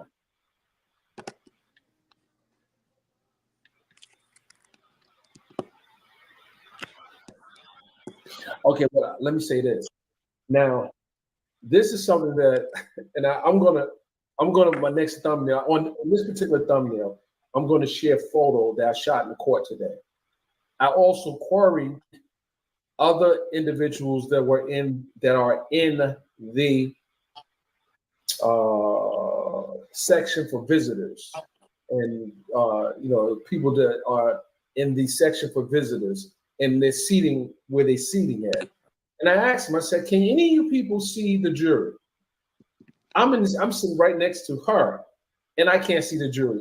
And if anyone's been in the courtroom, this particular courtroom, where the YSL trials are going on, they would know you can't see the jurors. You can't see the jurors from that particular section where the media and family members of the defendants are sitting. You can't see the jurors. So any type of assertion that individual is seeing jurors, it is not true. It is not true. Now, had that statement been made 6 months ago, you would be able to see at least the first row. But the judge in this case pushed all the jurors back. You can't see their feet, which I don't know why Glanville didn't do this, but you can't see the jurors, nothing. You don't know how many jurors showed up, what they wearing. Before you were able, as they filed into the courtroom, you were able to see what jurors had on. And there's other ways to see the jurors, but that's, I'm not trying to put security of how the jurors are moving about throughout the courthouse, but I'm just saying that when the trial is going on, when the witness is on the stand, you cannot see the jurors. So if anyone's making that assertion that they see the jurors, it would have to be the defendants or the sheriff or the judge. That's it. We don't see the jurors anymore. We don't see the jurors anymore while they're in court, and we can't see reactions. And that's the honest God's truth. No one can see the jurors that are sitting in that particular section. Who is that again? So his name is Dennis Barron. He's an investigative journalist. I know he covered some trial. I want to say he covered the Melly trial, but he covered R. Kelly trial. He covered the Tory Lanez, and he's just an investigative journalist out of New York, I believe. But Sylvia was going in there and filming, right? Yeah, he was in there too. He's been in the courtroom too. But I want to say he's been filming too. But I'm wondering if she was able to, like, where she stands when she was allowed to film. Because you know, where like we get the view from Fox and we get that view from LNC. If she's standing over there with them, she can see the jury, I would think. But what he just said was he was sitting right beside her. He said, I'm sitting right beside her and I can't see the jury. So how can she see the jury and we sitting beside each other? I'm thinking And this is apparently what there's she in another part of the video, apparently he said there's some kind of plexiglass, like a one-way plexiglass that covers, that's what he just said, that covers the jury. So you cannot, he said you cannot see you can't see them at when was all. he Huh? But was he talking about he was sitting next to her while she was still allowed to film? Because if he's talking about now, I mean, naturally. No, yeah. He's talking about now because it's only been this week that she hadn't been allowed to film. I don't know why I was thinking she wasn't filming ever since like 2 weeks ago. Was it 2 weeks ago? Yeah. When the first little kind of ruckus started But she in the was courtroom. doing like, because I know I clicked her stream one time and she was doing like trying out like a VR type way to stream she was figuring out other ways that she could do it when they like really started messing with her. But she was still there and still in there. But he said when you're in the visitor section, it's probably, I would think that the camera people are in the visitor section too. Potentially. I mean, I'd have to see how that courtroom's set up. Because I still plan on going there one day. I just gotta muster up some balls if they decide to. Your last name is Williams. Are you related? Listen. I wanted to see if Kayla could, and Kayla's going live, I think. But I wanted to see if Kayla could provide some insight on that, like whether or not the jury can be seen or not. And I don't think I've seen her on live this week, unless it was earlier this week when she was telling us about the girl running up against. Oh, I don't get those notifications from her. I didn't get the notification. I just saw it. And I guess she got it up that she's streaming tomorrow too. So, because I'm like, no, I only need notifications from your page. Appreciate it. That's right. I was thinking like if anybody can describe the courtroom, then it's her. But whatchamacallit, well, he said he had to leave. I was gonna say he did grand jury duty. He should know too. Who? Mookie. Not that all the courtrooms are the same. Just maybe. Yeah, because I would assume that they have, specialized. This is not a regular person. This is a celebrity. I'm surprised they got plexiglass, one-way plexiglass. That's ghetto. Yeah, I can see it. I'm like, what? I can see it when you have accusations of witness tampering already. Like, because they keep saying that the witnesses have been tampered with, and the witnesses, that's one reason why they wouldn't give the bond, because they said that it was witness intimidation. So they, I could see them putting it up. Hey, Sneak Geek. I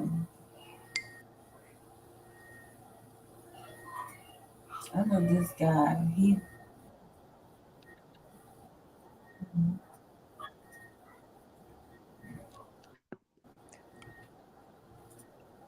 911 call been released for what is it, Lev? Court today. We got. Huh? I was asking what 911 call. Is that what he said? No, Lav put in the chat about a 911 call was released, and I was like, what 911 call? And then I thought you were pulling it up, but this is something different. Go ahead. She might be talking about the shooting. I guess. Oh, okay. Or maybe she's talking about with Tony Kwan. Which one you talking about, Lav? That's sad news that Rich Homie Quan has passed away. It looks like Young Thug may have found that out during court. He looked particularly somber, but of course we don't know for sure. So we want to say rest in peace to Rich Homie Quan. Oh, he does look kind of. Condolences to his family. Yeah, Just he terrible does. Oh, news. his eyes look like he been. We're gonna go ahead and bring you Oh, the he rest know. of what happened today. He know right He there. knows Court. now, He but you Don't definitely forget know. to like, comment, cameraman. subscribe. Oh, he And definitely here knows we go. right there. It's 444. And did you see Steele's face too?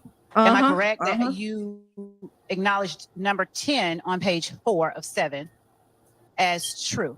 Yes. So how was it that you knew that on January 10th, 2015, after the murder of Donovan Thomas Jr., YSL Associates traveled to Miami, Florida with co-defendant and YSL founder Jeffrey Williams, aka Young Thug? Tell the jury how you know that, please. Because I knew he had a show for the next day, and they was leaving that night. Look at the title. I just didn't go. Love's case going How were nowhere. you familiar that he Like, had a everybody show sees the next day? By talking to him. He invited me to the show and a video shoot. I didn't go What made you not go? because I was gonna stay in the city to protect my family because I was falsely accused of something I didn't commit. Now, when you say falsely accused, on January the 10th, 2015, to your knowledge, had warrants been taken out for your arrest for Donovan Thomas's murder? No, the street said it. So I wasn't gonna leave my kids and my family here. He said that he was accused of shooting Donovan Thomas too. That's what whatchamacallit she was just saying then. Freaking Adrian goofy ass. So, But he said okay, he so was as the receiving jury, DMs. so as the jury, you now have a second person who is saying that their name was circulating around the streets. Yep. That they killed Ned. Yep. He said that his DM, I guess he was summing it up, but like some of the DM said, you and Woody killed Ned. So, Oh, okay. I didn't hear that part because I missed a lot of the trial today because I was on the phone handling business. But so that's why I was confused. So I heard him say something about he was getting fake DMs. yes, he said it was coming from like fake profiles or whatever, but that's what it was saying. Like, you know, we heard you and Woody killed Ned. Oh, okay. And I don't blame him for getting his family out the way. Yeah, but she makes it seem like it's something wrong with that. Like if the streets are saying that I killed one of the biggest dope dealers in the city, I'm gonna lay low too, regardless if I did it or not. The streets are saying it, and people are more likely to believe a lie than they are the truth any day. So, I think she Love is in her moment where she feel like she eating and she's not, because I've tried to make sense of her where she going with this, and I'm like, the only thing I could think of is that she is going to let them basically like him say whatever he needs to say, but just keep reconnecting it back to Thug because Thug is an affiliate of YSL, and if Mook is out here making calls, it could have came, or unaliving people, it could have came from a call from Thug. That's, I think, what she's trying to do. It ain't working good at all, but I'm hoping maybe she does have that kind of logic, because that's the only way it makes sense. Other than that, she's just pulling stuff out her rear. even the judge is looking at her like, "Hey, man, where's this going?" Yes. Everybody is wondering where is this going. Why? Like, this is definitely a witness that they could have struck off the list for time's sake. Like, Note to self: she does not know how to lay a foundation, and that's what she should be trying to do, but it's not coming across that way. She should have been trying to do it, and it ain't been coming across that way. But that's all right, cause she gonna pay for it. yeah, because I think I think I said it earlier. There's no way that the jury is still following this. Her questions are all over the place. It sounds like she was making the questions up as she went along. Like she was asking questions based off what his last response was. You asked me that yesterday, Miss Love. Yeah, yeah. And then when she was like, "Oh, you're not supposed to talk about anybody else's convictions, just yours. Remember, I admonished you of that." And he was like, "Actually, you didn't." Oh, It's funny how she be getting chumped off, as I should say, by these people that she just know gon' help her case. Man, you got these boys in here. Like her closing argument is gonna be trash. Regardless of what happened between these boys, they always gonna have a line of respect for Thug because he showed them a life they never would have seen. He took them places they never would have been, showed them a life they never would have seen, and He still will when he out and able to. you think so? What you think Thug gonna do when he get out? I know he gonna reevaluate this circle. That would be he probably already doing that. Like he needs to minimize, because the more you have on your crew, you gonna have shit like this going on. And I don't mean that to say in actual friendships with people, but he needs to think about who really is in the inner circle. It's like an onion with layers. You can be close to me, but you might not be as close to me as some other You know individual. what? That's how I've been described. I've had people describe me. They say you an onion. And well, you gotta peel back layers because I don't let people in. Or I have a hard time letting people in. I mean, and I respect people like that though. I love me a good little onion because I'm like, oh, let me peel back some layers. But I just feel like that's what he's gonna have to do. But now that this spin has been put on with the death of which I don't know how close he truly was, but I know it still is affecting him because it is tied to this case. The death of threat too. Not just Rich Homie, but the death of threat too. Do you think Miss Love knew that Rich Homie Quan had died?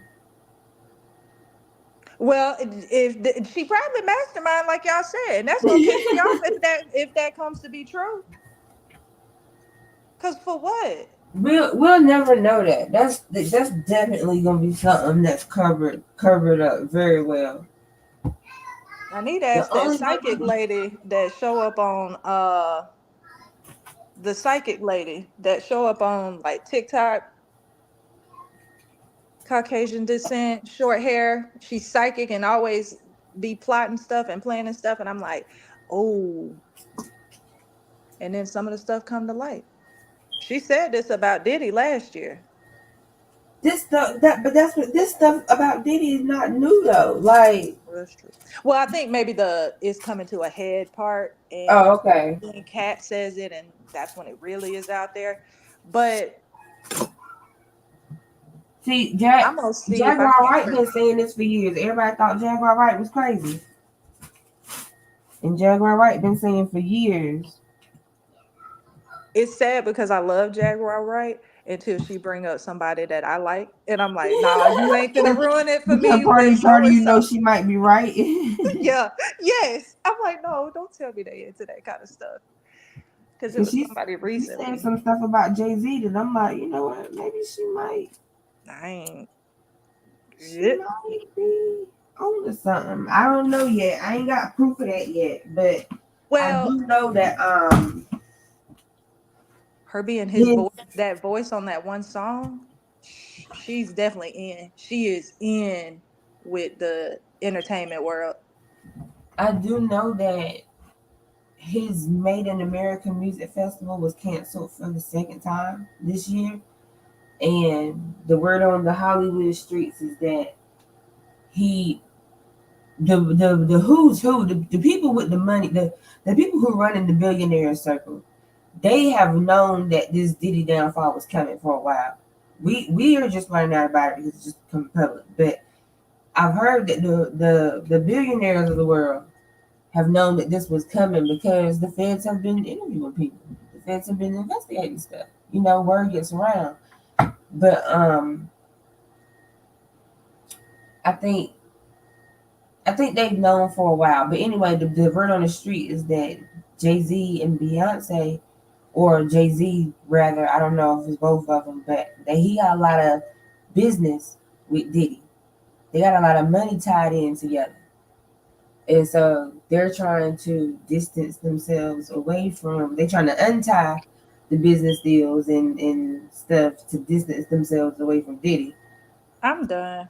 I'm done. And I know you like Jay-Z, but girl, I just No, that's what I'm saying. I'm starting to look. It's other people who said things about him, and I'm starting to kind of look at him like with the little side eye too. Like even with it down to how we talk about, because I'm not a super Beyonce fan. Beyonce is very, very talented. She's very beautiful, but the way that these people be like idolizing her, like she a god or something.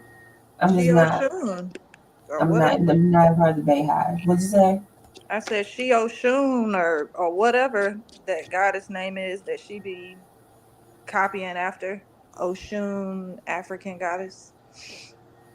Yeah, I'm not a big Beyonce super fan, but we can't sit here and criticize R. Kelly for doing the things that he did and Diddy for doing the things that he did and ignore that Jay-Z wasn't running in the same circle and that Jay-Z wasn't a grown ass man when him and Beyonce got together.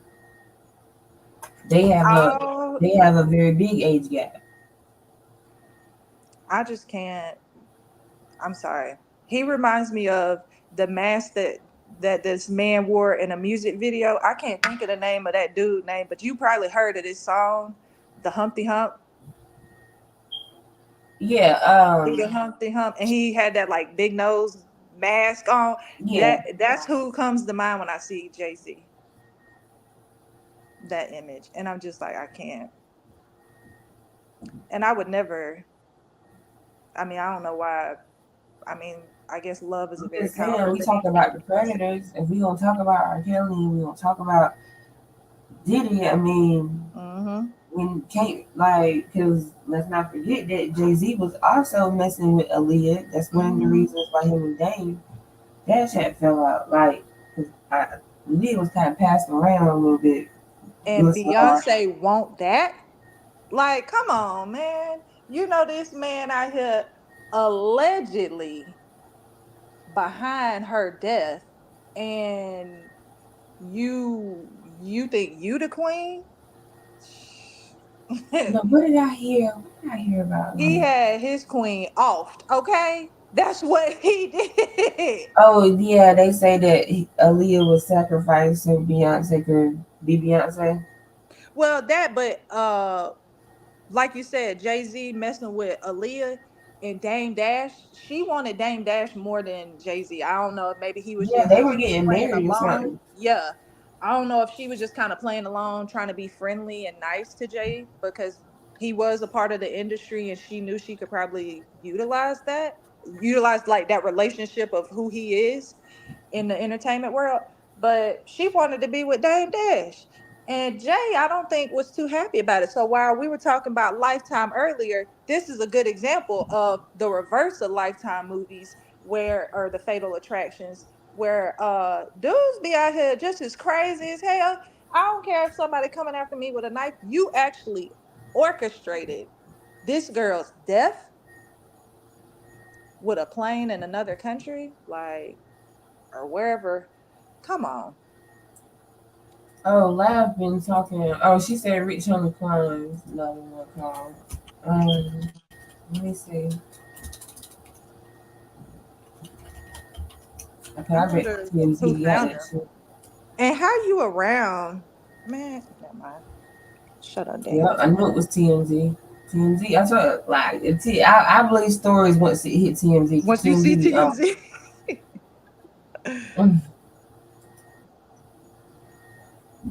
Oh, look at that baby. I'm gonna stay on the line with you, okay? Okay. Amber 911 operator 7214. What is the location of your emergency? All right, you need police power. I need an ambulance. Tell me exactly what happened. My boyfriend, he's been asleep on the couch since this morning. Well, he never came to bed last night. Sleep on the couch. left him on the couch before I took my son to school this morning, put a blanket over him. And now I just checked on him again because he never got up. I don't feel a heartbeat. I don't see him breathing. And you said, hold on, you said on the couch, and what happened? I said I put a cover over him because it gets a little cool. He's in the living room. And now I just checked on him because I see he never got up. And I don't see him breathing. I don't feel a heartbeat or anything. And I turned him over. I see he kind of foamed at the mouth. I'm sorry, are you saying he's not breathing? Is that correct? I'm not hearing you. Yes, yes. Okay, ma'am. If there's Yes. a defibrillator available, send someone to get it now and tell me when you have it. Man, Fulton County. Is there a what? Ooh.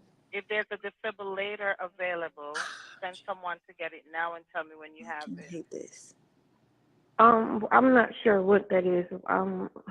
Oh. Okay, I'm sending the paramedics to help you now. Stay on the line and I'll tell you exactly what to do next. Okay. I need to know about how old he is. He's 34.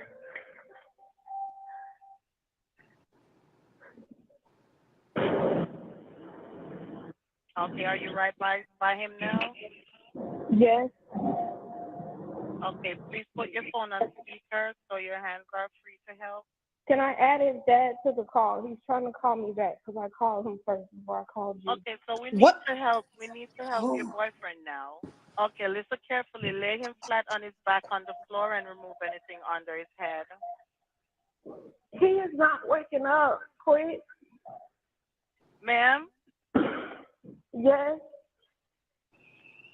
Okay, you said gotta you get wa- him to the floor. Lay him flat on his back on the floor and remove anything under his head.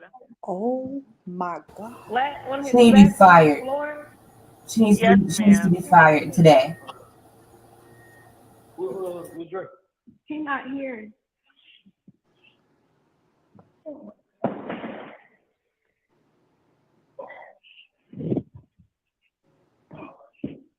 Yeah, Were you able to get him to the floor? Yes, he's not. His heart not beating or anything. Oh, this pissing me off.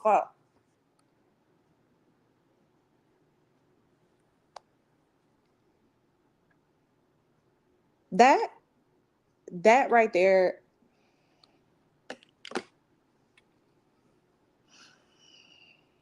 I just She had needs this to be conversation. fired. That 911 lady need to be fired. And I just had, on the contrary, yes, and yes. On the contrary, though, I don't know what it's gonna take, but I need to do something so that my community is a lot more prepared for situations like this. Simple CPR could have saved that man life. You wasted time calling his fucking dad first. I know that's boo. You gonna call, but girl, you could have really saved his. He could have still been breathing before you walked out the house. Yeah, but yeah, before you walked out the house, like I'm about to say, keep it true. When she called 911, he was probably really already gone. There was really, there was nothing to be done. She should have checked on him before she left to go take her son to school. And the only reason why I say that about her, and it's no disrespect to her, but because she had said he didn't even come to bed the night before. So if you saw he wasn't even in the bed, I definitely would have been like, oh, maybe he crashed out. But I would have checked on him in the morning, first thing. But Yeah. we have to know.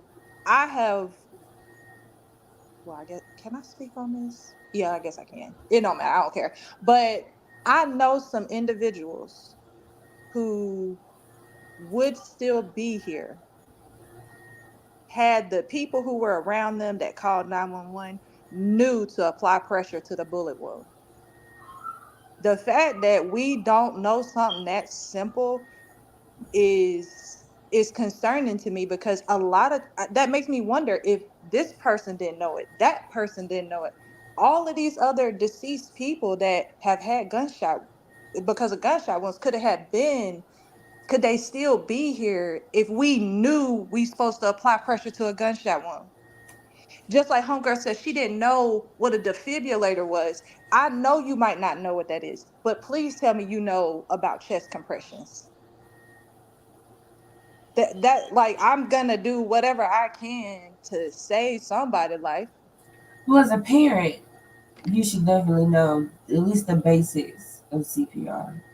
Just as Yeah, you know, that's just as true. a parent, because like little kids, like I ain't They even gonna choke a lie, lot. like when my kids was really little, like you be on pins and needles with them just eating candy or something simple because you afraid they might choke. Like so, I Yep. mean, at least Mm-hmm.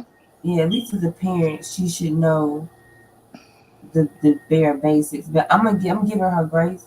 I am. I I'm am. I'm gonna give her grace But because she probably 911. Ooh. it's probably gonna eat her up for the rest of her life that she didn't check on him before the Oh morning yeah. or that she didn't make him come to bed. It's gonna eat her up. Just Yeah. having that guilt on her head that dang, why didn't I make him come to bed? Dude. Or why Mm-hmm. didn't I check on him before I took my son to school? Like, yeah. So that just because that guilt is gonna eat her up, and that's gonna be harder. That's gonna be hard to live with. I mean, I got my secondary opinions, but I'm gonna keep them to myself out of respect. I mean, yeah. I mean, Out of obviously, respect, I'm gonna keep my secondary obviously, we got secondary opinions. Because she, thoughts. Yeah. Yeah. I'm like, but I mean, still though, like, and that's the thing about 911. I'm at the point where because they know how to find you.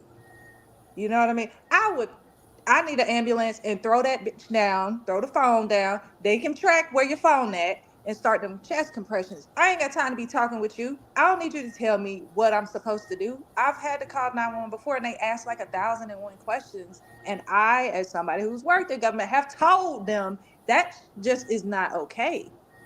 Like, I know you need to get a better understanding, but do that after you have dispatched somebody out.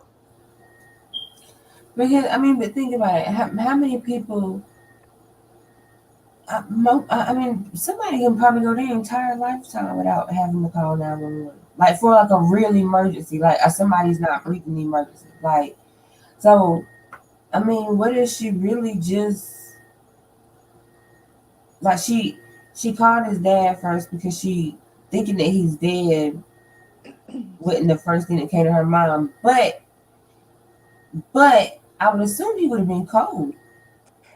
Well, and she said something. I can't remember how she worded it, but either way, foam at the mouth came out of her mouth.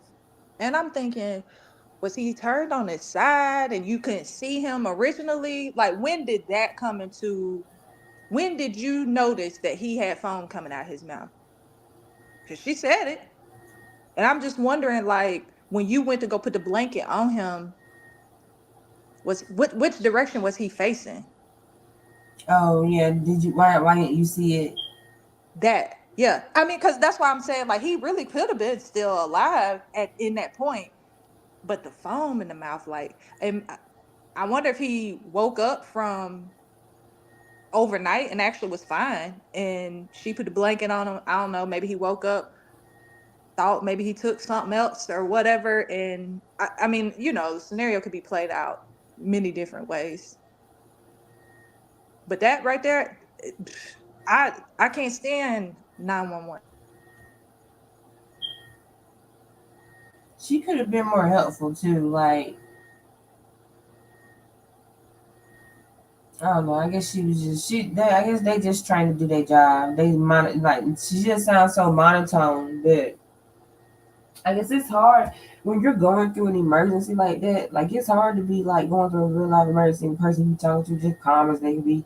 But I mean, I know it's their job to be calm. But you like, girl, he is not breathing. What is you talking to me about a defibrillator for? Like you need to be telling me how to make him breathe again. But she should have known. She should have definitely known like some of the basic steps already. Like.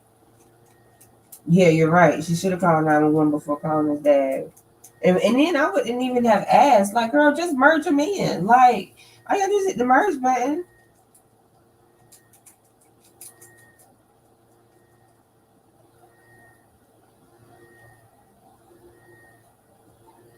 Let me see. I saw a video.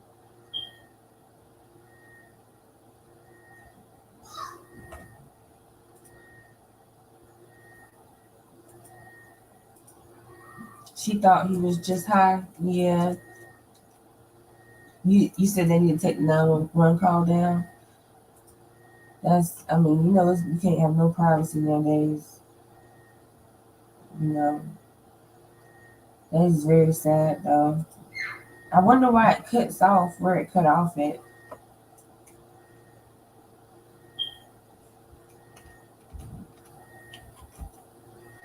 Laugh, did you see the video that we watched where the man where he did the video and like you could tell in Thug's face that he probably knew, like, because you could tell he was upset about something.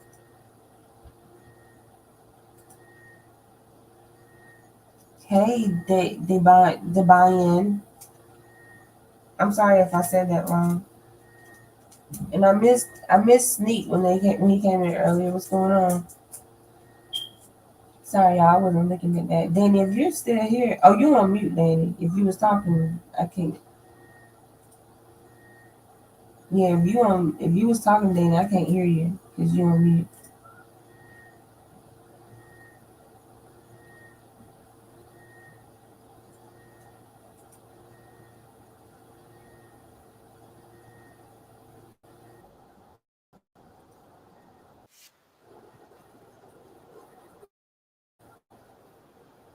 I saw this video. I don't know what it's about. I saw the title of it, so I was just checking it out.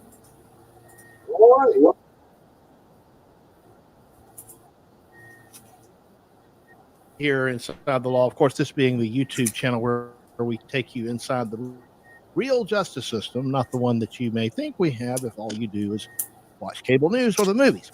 So what we have today, and I apologize for the lack of notice. I didn't think I was going to be able to do this, but what's going on today is there's a hearing in Fulton County Superior Court.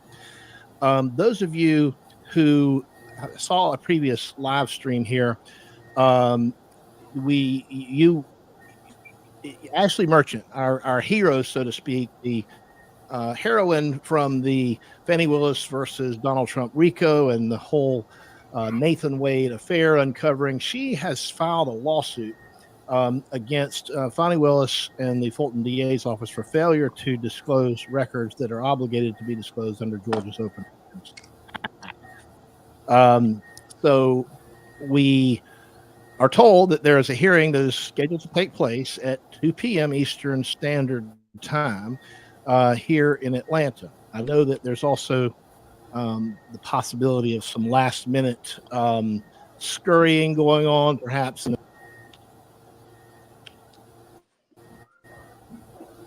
Okay, so to start with, Ms. Monroe, I think I understood. I know I saw some email traffic regarding the parties' disagreements about whether people could submit certificates. To start with the first question, Ms. Merchant has indicated that Mr. Holmes and Ms. Geiger are present here as witnesses of the company critical mention, and he has also submitted a certificate regarding those records. And I think I understood Ms. Merchant's proposal to be that if the county, to be clear, if the defendants are okay with accepting that business records certification, then Ms. Geiger and Mr. Holmes could be excused. What is your position on that, Ms. Monroe? I don't believe I've ever received certifications. Were they each filed on Odyssey? Yes. Okay. I haven't taken a look at those records. If we send a request to Miss Willis personally, it would have to.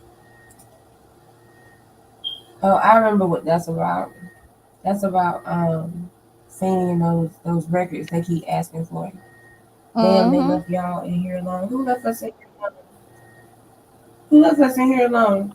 They did the chat. I mean, it's always been somebody in here. We've been chatting it up. We don't need you, Mookie.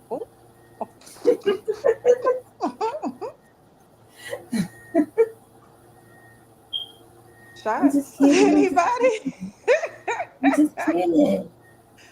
All right. I'm V, just do you need to playing. take a shot? My bad. I'm just playing. So what do we think is going to happen next with our lovely friends? What's his name? Mook Tunk. And I guess whoever's next. I don't even remember who's next. Zachary. The Kendarius Zachary. Mm-hmm. I hope they don't send homie to jail though. I mean, shit. He talking like he trying to go back.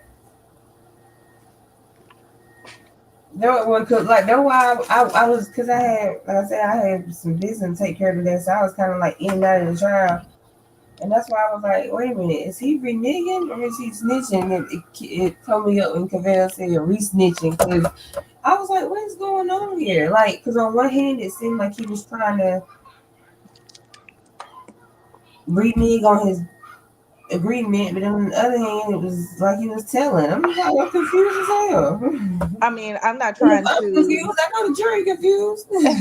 Like, I'm not trying to tell homie how to lie, but I think it would do him some good to make a phone call to Mr. Copeland. And what, for advice? Yeah. And all Kenneth Copeland has to say is, I don't recall. I don't know. Huh? What But are see, you like talking about? but remember, like I said, Sledge can't do that like Woody did, because Sledge has a plea agreement. Woody didn't have no plea agreement. He had use immunity from any crimes that he committed, but he He didn't have a should plea play agreement that like he have amnesia though. Say, oh man, yeah. I ate something last night. I don't remember what 2 weeks The ago. thing is, because he has a plea agreement, if he say I don't recall, all Adrian gonna do is pull out the plea agreement and say, "Oh, well, you don't recall. Well, isn't this your signature? Well, didn't you say this?" Like that's what she been doing. Like, didn't you agree to this? Isn't this your statement? I Like, was so lying. yeah, and that's why he's saying. I guess he's saying I just signed the paper because I was trying to get home to my sick mom. Right. That And I can respect that. I don't put it past Adrian to lock him up. Like, I don't put it past her, because you could tell Adrian's one of those women that don't like to be made a fool of. Like she would have been livid if Woody pulled on her what he pulled on Hilton. Like, but they already got some kind of beef where they're not even allowed to speak to each other. And then I heard that Love was prosecuting a case against Woody's brother as well. So Oh, you saying she's not supposed to speak to him? I thought you meant yeah, it was said that she can't speak with Hilton. that's why he would only talk to Hilton. Not just the fact that Hilton examined him. Hilton was the only one talking to him, period. Mm-hmm. Because him and his Love had already had it out, I believe. And like I said, she's supposed to be from the grapevine, I heard that she's supposed to be prosecuting the case against his brother or whatever. But I hope it's a fair trial, and I hope Glanville not the damn judge. That's if that's true, but like I said, that's what I heard. But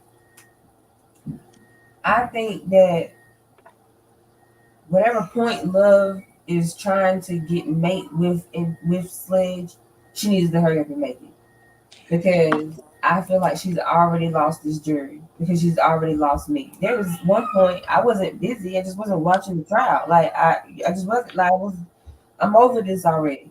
They spend so much time trying to impeach their witnesses I feel like they lose the jury because Love went around in circles all day long, Asking the same, and I'm asking the like, same questions over and over again. it's not gonna make him change his answers. Like that's an old school tactic too. I feel like in the attorney world, repeatedly asking questions. It's kind of like when you in an interrogation, they gonna ask you the same question, but in different ways, think to try and stump you up. But she asking legitimately the same exact question. I'm like, baby, you didn't watch The Firm growing up or something, because you a horrible ass attorney. Like So The Firm is my movie, by the way, with old kid. with Tom Cruise. Uh-huh. Yeah. Yeah. And then to the point that even the witness said, "You asked me that yesterday." Come on, Miss Love, you asked me that yesterday. Like, so I just feel like whatever point that she's trying to make with him, she needs to hurry up and make it. Well, I said it's like she is I'm trying to make sense of it. I'm like, I think she's trying to build a foundation showing a relationship between the crimes of being around, the crimes are happening, and these people are affiliates of Thug. And I think she wants to just say, like, he's the one orchestrating it. They are the ones out here acting upon it. And I get it, but she's not doing a good job at that if that's what she's trying to do. But that's the one thing. That's the one thing she hasn't proven. Like, we haven't seen a text message, a smoke signal, a voicemail, No two-way financial message. We haven't records. seen anything where Thug directed anybody to do anything. It's circumstantial. And I have seen in a murder case where they had no body and no real hard concrete evidence. Everything was circumstantial, and they still found the defendants guilty. But that was a murder case. I don't know in like Tennessee, so I don't know, what the restrictions are here, because I know you got to have a body to have a murder. And but I mean, they're not. Yeah, but she's digging the hole. Hearsay. She's definitely digging the hole. I think she's digging the hole that she is. She thinks she can get out of bed. Oh, she's digging a hole. It's 6 feet waiting on her casket, because she finna be without a job, and I don't know that anybody gonna want to pick her up because they see this shit. They gonna be like, who? Nah. I don't put it past Love that still got some Brady evidence out there that she ain't shown somebody. It's 99 more witnesses. Y'all believe she done turned over every piece of evidence? Hell no. And hell, you really don't know which of the 99 witnesses you gonna call. You kind of just playing it by ear. That's like her cross-examination today. It sounded like she was making the questions up as she went along. Like, there was no rhyme or reason to it. It was no lead up to a story. She was just kind of jumping here, jumping there, jumping here, jumping there. Like, the jury cannot be following this. Like, I think, and I don't know because he hadn't been investigated. Moon Tung hasn't been investigated by the police, and they got a transcript of that, right? He don't have no tapes. Right. So with Hilton, I believe she was reading transcript, asking Woody questions. And I think Love is kind of having that same mindset, but because she don't have a transcript to go by, she probably looking at the notes that she wrote when she first interviewed him or whatever, and kind of jumping all over the place. Well, she's getting everything from his plea agreement. So in his plea agreement, he had to stipulate to certain things.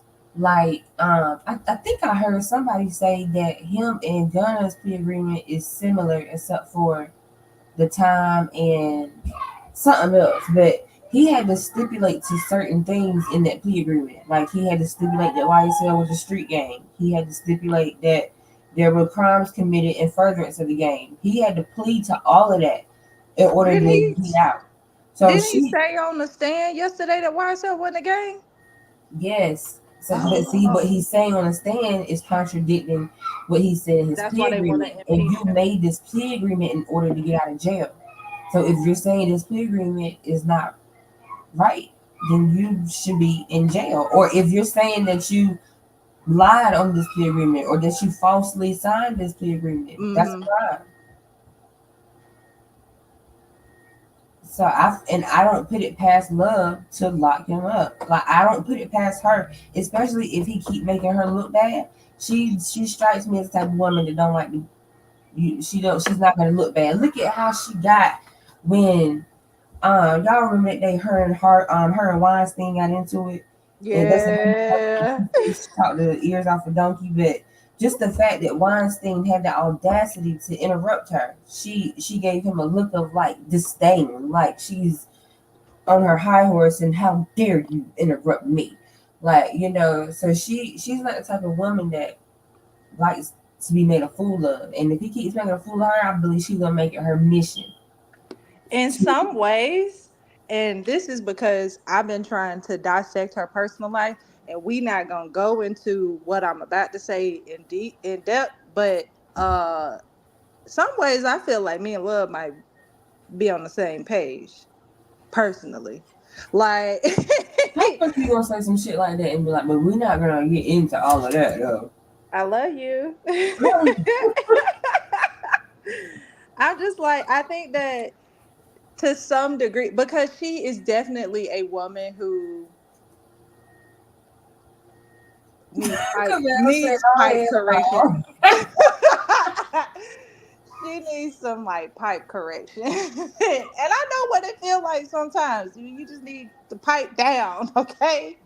But I'm trying my best to give her the benefit of the doubt, but I just can't. Like I keep making excuses for her because I'm like, maybe she's not that bad. But I'm like, every damn day is something with her. And now that y'all put this in my head, oh, best believe when I'm in my altered state later tonight, oh, I'm gonna be thinking about this plot that she might have did on Rich Homie. If I get any inch, best believe I'm gonna find her address and I'm gonna watch. You better shut the fuck up talking like that on my damn stream. You don't have them folks knocking at my door. No, they ain't gonna knock at your door. No. Anybody want to Like we had them folks knocking on my door because look, they'll listen to this and say you made a threat. I live at 2001 Trees of Avalon Parkway. You are welcome to come find me. Not you.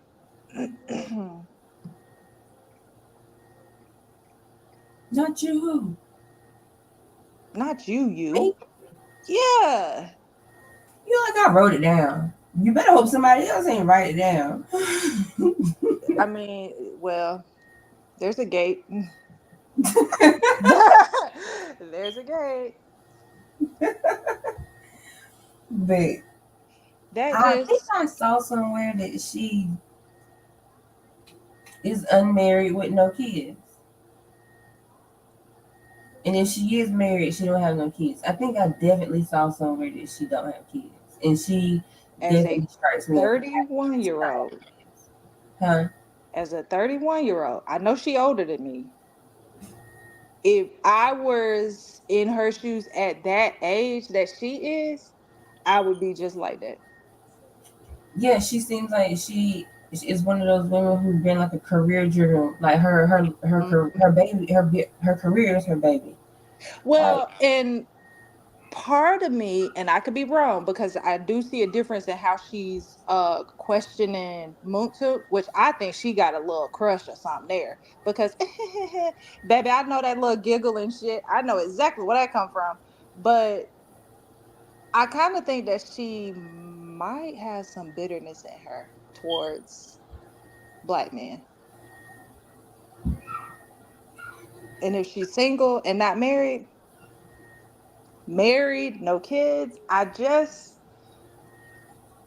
going to think about that with her because, like I said, I see a younger version of myself as her. that same I demeanor, see needing it. some pipe correction and stuff like that. That's bitterness. I Just see, see. is sex the answer to everything? No, but No, I'm I'm not not talking about saying that. you're No, I'm talking wrong. about her bitterness is like just having a man. You know how some women have to have a man? Yeah. So, like, you've known some females personally that you're like, damn, can you never go without a man? That's who I see Love being as she is today. And when she on a break in between that, that's the character she has, is what we seeing right now. Well, Hush, Camilla. I look at it a different way. I see it. She definitely has some bitter. You can tell her personal life ain't. I don't know. I feel like she has some bitterness, yes, but I feel like she has bitterness towards the courtroom. I feel like she has bitterness towards Judge Whitaker. I feel like, yes, she is Oh yeah. talking differently to Antonio Sledge, but she's talking differently altogether because she doesn't have Glanville there to That's what I was about to pacify her say. anymore. And she has Glanville, she she has just seen that smooch. Whitaker will call her out on her shit. Mm-hmm. And she don't You're want to be right. embarrassed. You right, B. You right. Cause I'm like, she was all buttered up. Now I know I saw some little moments between her and Glanville, but that don't mean nothing. That means absolutely nothing to me. I fully believe that they have something on the side, been there, done that, and she's salty because it is Whitaker. It's not Glanville. She's salty because some of her personal life is leaking over into her work life. She's bitter because some of her personality in her personal life is leaking over into this trial. And she can't keep it separated. Not to mention, according to Whitaker, you think you're gonna have a cooperative witness and then you don't. She thought this was gonna be like 3 hours. Even if she thought this was gonna be half a day or all day, it isn't. We pushing on day 3 for them. I don't So think they reasonably thought that. I think they said that in court because it sounded nice. And they damn well knew they was gonna take 3 to 4 days because I mean it would I think they knew that because that, like I said, they spend twice the amount of time impeaching their witnesses than they do just asking them questions. It's like they have to, whenever their witness does not say what they want them to say, they have to impeach them. And I don't know if those are the rules, like you have to impeach. But like I said earlier today, why not just get them off the stand and get a more credible witness? Because I feel like you're doing more damage to your case by impeaching them because you're letting the jury and everybody else know that this witness doesn't want to be here. And the jury has seen that none of your witnesses want to be there, aside from the and folks. they've said it. Like the Right. people on the stand have said it themselves. I'm just like, dang, they don't even need the defense to say it. They say, I don't want to be here. This ain't my case. I'm serving time for my crimes, man. But so many of them keep saying that, and I'm just like, at some point, when is somebody gonna step in beyond the folks that's already involved? Because I mean, especially all of America is very like pro-constitution, and we supposed to have a fair trial. Where y'all at? Not us. Not the people who actually watching the trial. I'm talking about the people who can make moves on We can like change that. something. Yeah, Well, yeah. I think the Georgia Supreme Court is watching. I don't know if legally they can't do anything until the trial is over, or they're just waiting to see what happens. But I do think they're watching because Ashley Merchant has already put them on notice. Brian Steele has already put them on notice. I think Brian Steele filed some kind of something regarding his contempt situation with Glanville. Brian Steele is not going to let that go. He is not, and he is never going to let Glanville forget that he tried to throw him in jail for 20 days. Like he is not, and he's not going to live down how Glenville called him unprepared in front of the jury. He is going to make sure Glenville pays for that. It's this man taking his suit jacket off. That boy was ready to go serve some time. Like, foop, foop, here's my jacket, here's my tie, let's go. But I just, what's her name? Ashley Merchant. That's the girl running against. If I could get an opportunity to ask her or ask Kayla, because Mookie brought up a good point, and I never had thought about this, is can the jury go ahead and close out this case? Can the jury be like, yo, we done with this. We see homie's not innocent. I mean, we see he's not guilty.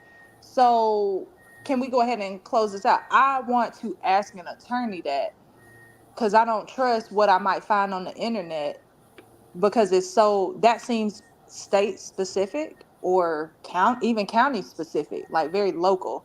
So I want to ask somebody about that, because I feel like the jury should be, we know they over this. So if they know that they have an opportunity to be like, oh, well, I could, close out this case, maybe they might do it. Well, the problem is they had that opportunity already. Well, I don't think, well, if they were doing what they were supposed to be doing, they probably didn't realize that they had that opportunity, because did Paige actually specify when they came back and she was giving them instruction on Woody's testimony? Did she say, if 80 y'all stand up and say that y'all cannot forget what he says, then I will call a mistrial? Specifically like that? Well, I'm sure she didn't, but I mean, I would think I would think that they would have known that if they stood up and said, "Hey, I can't be impartial," that if one or two things was going to happen. They were either going to get replaced with the alternate juror, which I don't know if they even have any more alternate jurors. I don't know. I don't think so. The trial. I don't know if the jury can just say, "No, we don't want to do this anymore." I wonder if it's a possibility if the jury can say, "Hey, we're lost," and they're like, "If you can keep going if you want to, but we already lost, and now there's not going to be a way that whenever this trial finishes, we're going to be able to come to a resolution." You talking about you got 99 more witnesses? We already lost. Like, I don't know if they can say that, but I don't. And already did what, 70, 80 witnesses already? Yeah, I mean, too many. I'm trying to figure out what I ate yesterday. So I Like, don't know. legitimately trying to figure that out. And I'm like, man, I couldn't. I have some significant highlights in my mind, but I could not be the juror to remember every single thing. And then they bounce in there and be like, oh, well, scratch this out. You don't need to remember that. Scratch that out. You don't need to remember. Like, that just. I'm gonna research it a little bit and see, but yeah, Mookie had said that, and I thought maybe they told him something like that when he was on grand jury, that if all of y'all say like, yo, we done, whatever, like, can we go ahead and make a verdict on this case? And I was like, well, that I guess I could see that. I never heard of it though, but that's why I was like, I want to ask somebody on up to what they might know. I don't. Part of me feels like they can't do that, because think about when a jury comes back with like whenever a jury comes back deadlocked, saying they can't come to a decision. A lot of times the judge will keep sending them back in there 3 or 4 or 5 times to see if they can come to a decision before they like call it a mistrial. So I don't know. I don't know if that's a thing or not. Because I mean, obviously nothing's like that. No cases that long where that has had to happen. Yeah, and that's kind of the other part of this. Like, it's almost so new. Shoot, I mean, because the only other case I've ever seen it compared to, like, lengthwise, is O.J. Simpson. But that was so long ago that laws have changed and practices and things like that. Yeah, it's already surpassed OJ's, because I think OJ's trial was like 6 months long. Yeah, so that's why I'm like, I don't know that, even though it's never been done before, but maybe now is the time to introduce certain laws like, yo, we're going to have to put a cap on this. Because in the past, we've never had to have a trial that we knew was going to keep going on and on. People been living up to the fair trial. Because back in the day, prior to our birth thing, it was very simple. We roll up in court, it's the same kind of person sitting on the jury. We go straight to jail or whatever the case was. Then you start mixing it up, and people still are coming to a verdict within a reasonable time, but we still abiding by a fair trial time frame. Then when COVID came, that's when things I saw in the court system, like things started backing up bad, but they rectified most of that. This has nothing to do with COVID. They cannot use COVID as an excuse for this case. This is just out of hand. And I feel like now No, laws need to start being in motion. they keep using that 2018 computer hack as an excuse for everything. Oh, for fuck's Every time we want to know what some reports is, or every time we want to know, some actual answers to something, it's the hack did it. We can't find this because of the hack. It's the fact that, as you mentioned earlier, I've already verified for sure as a former government employee. That's bullshit. They lied like hell, and that's what pisses me off when it does come to government. Like, I be knowing when they lying, but we can't do anything. It's unfortunate because we say it all the time. Like, these are people's lives, and it's wasted away right now. They sitting in jail and probably could end up walking. Y'all, this is off topic. Sorry. Y'all know I got ADHD. But y'all, look at this thumbnail right here. Shit. Look at this thumbnail over here in the corner. Like, people are already drug overdose or murder. Like, why would you say that? You know what I'm saying? Like, if this is supposed to be a run-of-the-mill drug overdose, an artist drug overdose, it happens all the time. Yeah.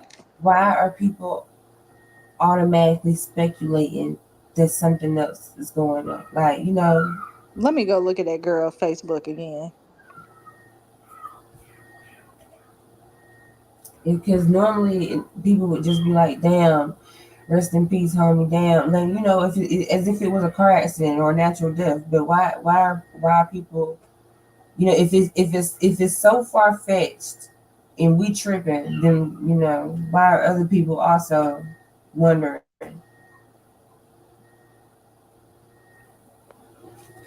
That's crazy. I saw the thumbnail and I was like, whoa. Well, I've always heard that, like, there's some truth when it comes to things like this. Like, when you see a lot of different stories, but this is so fresh, I don't know. Yeah, that's what I'm saying. We all just found out a couple of hours ago, and we've already been down the speculative murder route, but we ain't the only ones going down it either. Like, it's something different when everybody is thinking the same thing. Like, everybody is thinking the same thing.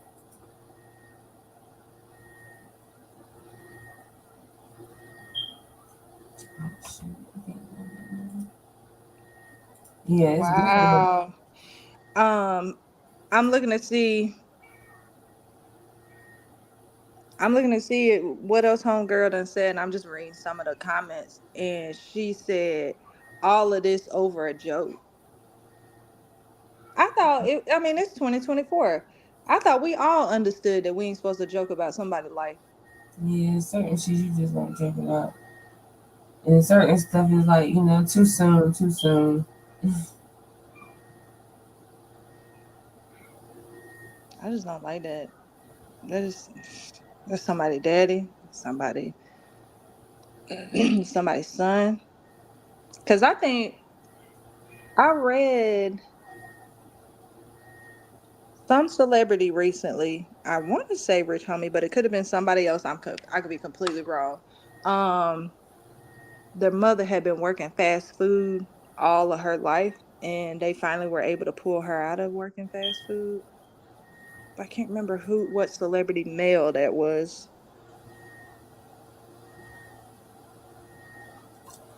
Well, you said you wanted to watch the game. The game is starting, I believe. Oh, girl, ESPN going. ESPN stays on. I can't tell you. I can't tell you the last time I watched regular TV because I don't like. I don't think I would ever in life pay for cable ever again because it's like why. If I wasn't required to in my rent, I wouldn't either. Because this is the first time I've ever owned cable as an adult. I don't need it. Yeah, like I'm a streamer. Like if it ain't everything I need to look at is on some kind of app or whatever. So, yeah, and you can. It's kind of like it makes more sense to just pay for what you know you're gonna watch rather than pay for. You paying for 100 and something channels, you might really only watch like three, 4 channels, but you paying for 100 and something channels. But Oh yeah, I mean, you got it through your rent. Hey, shit. Oh well, we forced to have it. Yeah, I'm like,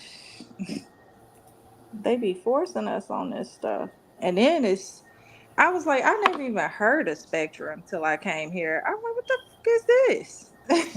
so trash. Yeah, my sister worked for Spectrum. She been working for Spectrum for like going on like shit, probably 15 years now. But how she like it? She like it. She is like a technician, something manager. She working like the opera. I don't know. She do something like it ain't the call center. She actually work like she's over the technicians or something like that. But She better go on. She been with them for that long, and her whole department getting laid off in August. So that's another reason why I'm just like so team entrepreneur, so team build it up by myself because you can work in a job for 15 years and they can lay your ass off. You done gave 15 years to a job for them to say, oh, you only got a couple of months to work. Don't worry, we'll give you a severance package. Bye. I would leave then. So now she go to work whenever she feel like it because she got sick time built up that she not gonna get back. So it's like a hell. What you gonna do? Fire me? That's it.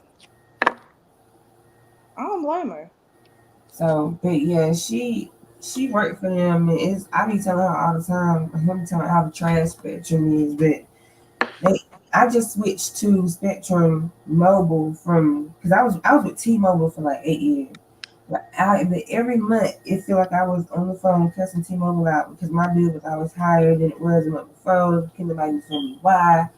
Like always cussing T-Mobile out. So I finally switched to Spectrum, and the service is probably worse, but my phone bill is $22. So I'm adjusting to the. There ain't nothing wrong with that. So yeah, I rather my phone bill be $22. I'll deal with the other problems, but it's irritating as hell though. Like I'll be somewhere. I've all my bar signal out. It'll say it's on 5G. And then I would try to do something and it'd be like no internet connection. Like, yeah, what the fuck, yeah. Spectrum. Monopoly fucking company.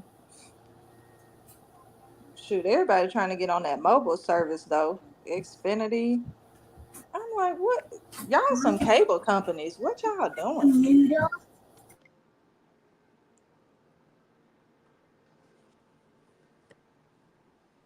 What? Yeah, laugh. I got Peacock. Years. I got Peacock and I got Prime She didn't say no 80. I don't have Zumo. I canceled Netflix because Netflix was boring. Netflix was boring to me. Y'all And sound like my daddy. He be saying, yeah, like, did I say 80 years? No, I was with T-Mobile for 8 years. dang, laugh.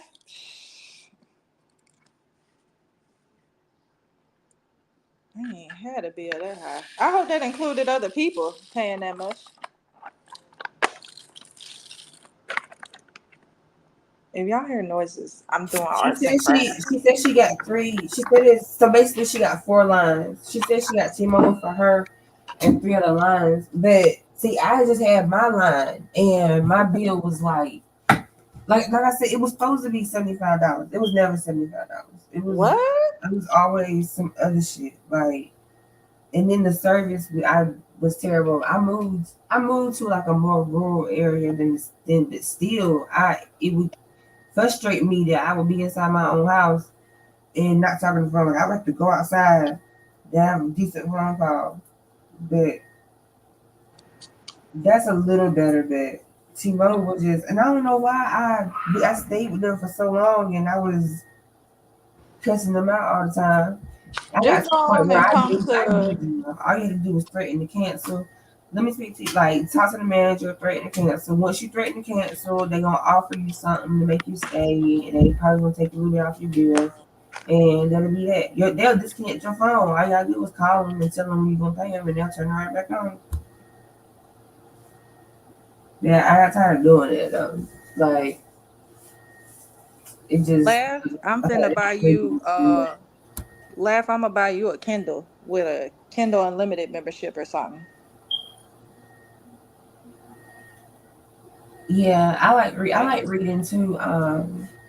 But it's hard though, because it's hard to concentrate on reading sometimes when I got all these distractions that can take me away from it. But I do like reading like mystery books too. I've never read all of the Harry Potter books, but like I said, I mean, I've definitely seen every Harry Potter movie though. That is a fact. And Will, I can't tell you when I'll read a Harry Potter book. Cause I be too Yeah. stuck on the movie. That's some thick ass books too. Yeah, Man, what? I'm good on that. But the movies is hitting though. Oh yeah, I keep that. If DVDs was still a thing, I have all of them. But see, that's what I was saying on Peacock. Like, they got a channel that just play Harry Potter movies. Like, it play the Harry Potter movies over and over again. It's like the Harry Potter channel. So I like that. And the Peacock will forever. Like, Peacock is like $4.99, and you get Law and Order. You get all kind of stuff. Yeah, I like Peacock. I had it when I had Xfinity Wi-Fi, and it came with it because I didn't have cable, but I had to have Wi-Fi. And then when I moved here, and I had to start paying for cable here, I was like, ugh. But I need to get Peacock back because I need to watch the last season of Yellowstone. And yes, Yella.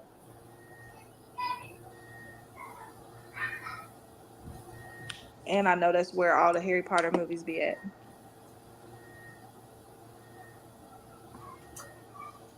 Get my at 45. Oh, you watched? You said Yellowstone? Mm-hmm. You watched it? Is that good? Yeah, definitely. I have not ran across an episode that didn't keep me glued in. But the only people I've ever heard complain about Yellowstone, it wasn't the show itself that they ever complained about. It was the language. Because, you know, some old school people, oh my God, it's got too much cussing in it. So, yeah, that's one negative thing I've heard. And then I like Kevin Costner. You know, he tickles my vanilla swirl. So, yeah, I'm gonna buy you a vibrator. No, I don't need that. She said I got 4 of them. I don't need them. No, I don't need that at all. I'm just saying that, you know, like you gotta be interested. Like the show has to be interesting for me to watch it because I do a lot of arts and crafts and I like having something in the background that I'm attentive to. And yeah, that keeps me attentive. Kevin Costner keeps me attentive. Everybody else be all in love with some of the other characters and stuff. I'm like, nah, that's all right. Good show though. Like the storyline. It reminds me of a Western movie.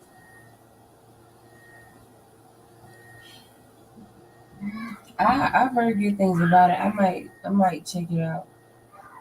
Check it out one day. I need a new show to get into. I used to be real big into Walking Dead, but once Rick died, I stopped watching it. Like he got to a point where it was like, all right, where are we going here? Like, what is going on? Like, what are we doing? I never made it past like episode 3 or 4, but Really? I have been to the set of Walking Dead and like watched them film, but Yeah, because they did it in Georgia, right? small. One area was small. I mean, I don't even think it's a red light in that hole. I'm like, what? And it was one of the main movie sets for them. Movie sets. One of the main show sets for Walking Dead in Sonoya, Georgia. Very small. Like I said, I don't even remember a red light. Don't even think they had a Walmart. But I know that they put a lot of money into making that show. So it should have been good. It probably was good. I just wasn't into it. But especially after I heard about Rick died. Oh no. You see, when you kill off a main character for me, I can't swallow that pill. Well, he died, quotation marks, because it turns out he wasn't dead. That's all right. I ain't finna find out. Because they ruined that.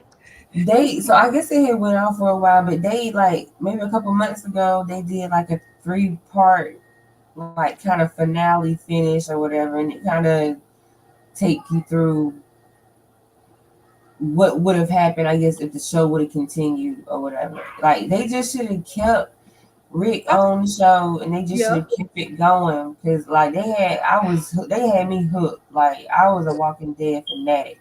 Once they started breaking off into the other ones, and this one was like, all right, like what are we doing? Yeah, I was gonna say now a show is really good, even if the spinoff isn't good. But the fact that it got to a point that they're like, oh, we should do a spinoff, that lets you know a show is good. So, or you know, a prequel or a sequel, whatever. But I figured it was a good. What is it called? The other one, like The Dead. It was Walking Dead is Fear of the Walking Dead. Fear of the Walking Dead. Yes. Yeah, and then I think there was another one. I think they gave Daryl his own spinoff show, but I never heard anybody talk about that. So that must didn't do well bit. I can't see his character in the show too, which I know the show I'm about to tell you came after The Walking Dead started, but I see him playing more of the role of wait a minute, you said Daryl, not Daryl. What's the dark-haired dude's name that slept with the wife? Shane. Yes. See, he plays in The Punisher, and man, I'm like, that's the kind of character I like for him, The Punisher. Because he's a good actor. I like him. Yeah. Some people can play in multiple roles, different kind of roles, and I like that. For some reason, I just couldn't click. Like, I look back and I'm like, I don't know what it is about his character in The Walking Dead that I just don't like. But The Punisher, oh yeah, he definitely is solid in that. You know, like I said, some actors are good being in multiple kind of roles, like the Denzels, Morgan Freemans, and all of them that, you know, they could be a badass. They could be a loving granddad and something, you know, so good old Shane. I cut my Prime on, and then I do have Discovery Plus that I pay for. I like true crime shows. Yeah, me too. That might be my problem. Yeah, shit. Soon every time I hear something outside, I'm like, wait, what is that?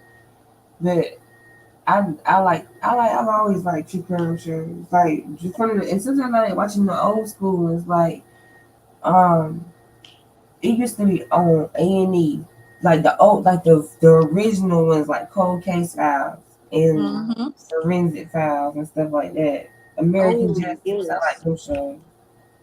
It's kind of, I don't know, maybe I'm weird. I don't care. But when they redid the making of Forensic Files, like they got the old ones that we have seen since we were Yeah, I don't kids and watch stuff. them. The new one, I can't get into it. Why? Yeah, Because it's yeah, somebody else's voice. I'm like, I yeah, I don't can't. watch them. I can't. It just don't feel right. Even same voice but different TV channel, America's Most Wanted with John Walsh.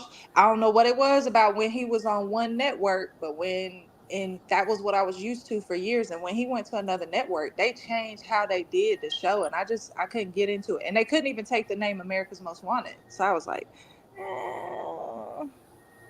But I'm right there with you on them old school true crime shows, unsolved mysteries. I remember being at my granny house watching Rescue 911. Rescue 911 still come Mm-hmm. on. Oh, now this is an app that I love, and it's free. I love Pluto TV. I Oh hate yeah, the yeah. ad commercials, but I love Pluto TV. Mm-hmm. And Rescue Now, all the old shows be coming on Pluto TV because that's where I go to watch. Because one of my favorite shows is Rock, and Rock is on Pluto TV, and I love that. Because I love that show. I don't know why I love that show, but they got 227 up there, Yep. Yep. all kind of stuff. Well, we could find some of that on Tubi. Yeah, I don't even be looking at Tubi like that. Like, What? Now I ain't yeah, talking about the movies. I'm talking about like stuff we've actually seen that is yeah, on Tubi. I did see that they got like real stuff up there other than the ghetto stuff that I This is just so fun. like on my list of apps. It just I run into something always so much more interesting before I get to it. I forget all about it. And one of the reasons why I keep actually like actively going back to Tubi or have it still is because when it's Christmas time and Halloween season and there's certain movies I want to look at, if I can't find it on some of the other Netflix, Hulu, Prime, whatever, it'll be on Tubi. And one of my favorite movies is on there right now, Friday After Next, as far as Christmas movie goes. So, I that's one of the reasons why I keep it, because I don't be people will show those like different scenes. I'm like, let me tell you something. If something look like real fake and I'm standing here watching you do this terrible ass acting, I ain't finna watch this. It's not Yeah, gonna feel real. It's not gonna be that's why entertaining. a lot of the Tubi movies, like even with the storylines being ghetto as hell and whatever, it's just the acting is bad. Like Yeah, it's the acting. you can have a terrible storyline, but have somebody that can act the hell out of it, and we wouldn't even know that it was a terrible storyline. But they struggling all around. I keep hoping Tyler Perry or 50 Cent will buy it, especially 50 Cent, because he's had some hiccups with Stars Network or whatever they are called. And I think it's about time for him to have his own actual network, because when BET and VH1 was up for grabs, it was rumored that he was going to be the one to buy it. But I was like, I could see Tyler Perry doing that because he got a lot of stuff already on there. And then I think 50 could have like a app that goes along with the BET shows or whatnot, but it be where he can have his Power series and BMF and all these other shows and movies, and it be also Tubi. Because I bet you some of these people who are at the top, they ain't finna let some of that stuff be on Tubi. Some of them movies are, I'm just like, you could do better than this. You literally busted a packet of ketchup open and called it blood. Like it'd be too obvious. So I hope for success with Tubi. I mean, I keep looking at it so long as it has Friday After Next on there.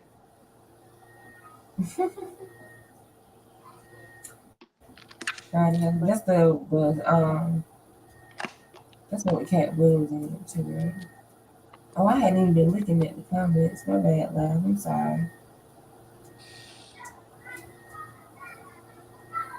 Yeah, sometimes, y'all, sometimes I got too much to watch. Like, you ever had the problem where you got too much to watch? Like, Yes. I got so many options and stuff I can watch. I don't know which one to choose.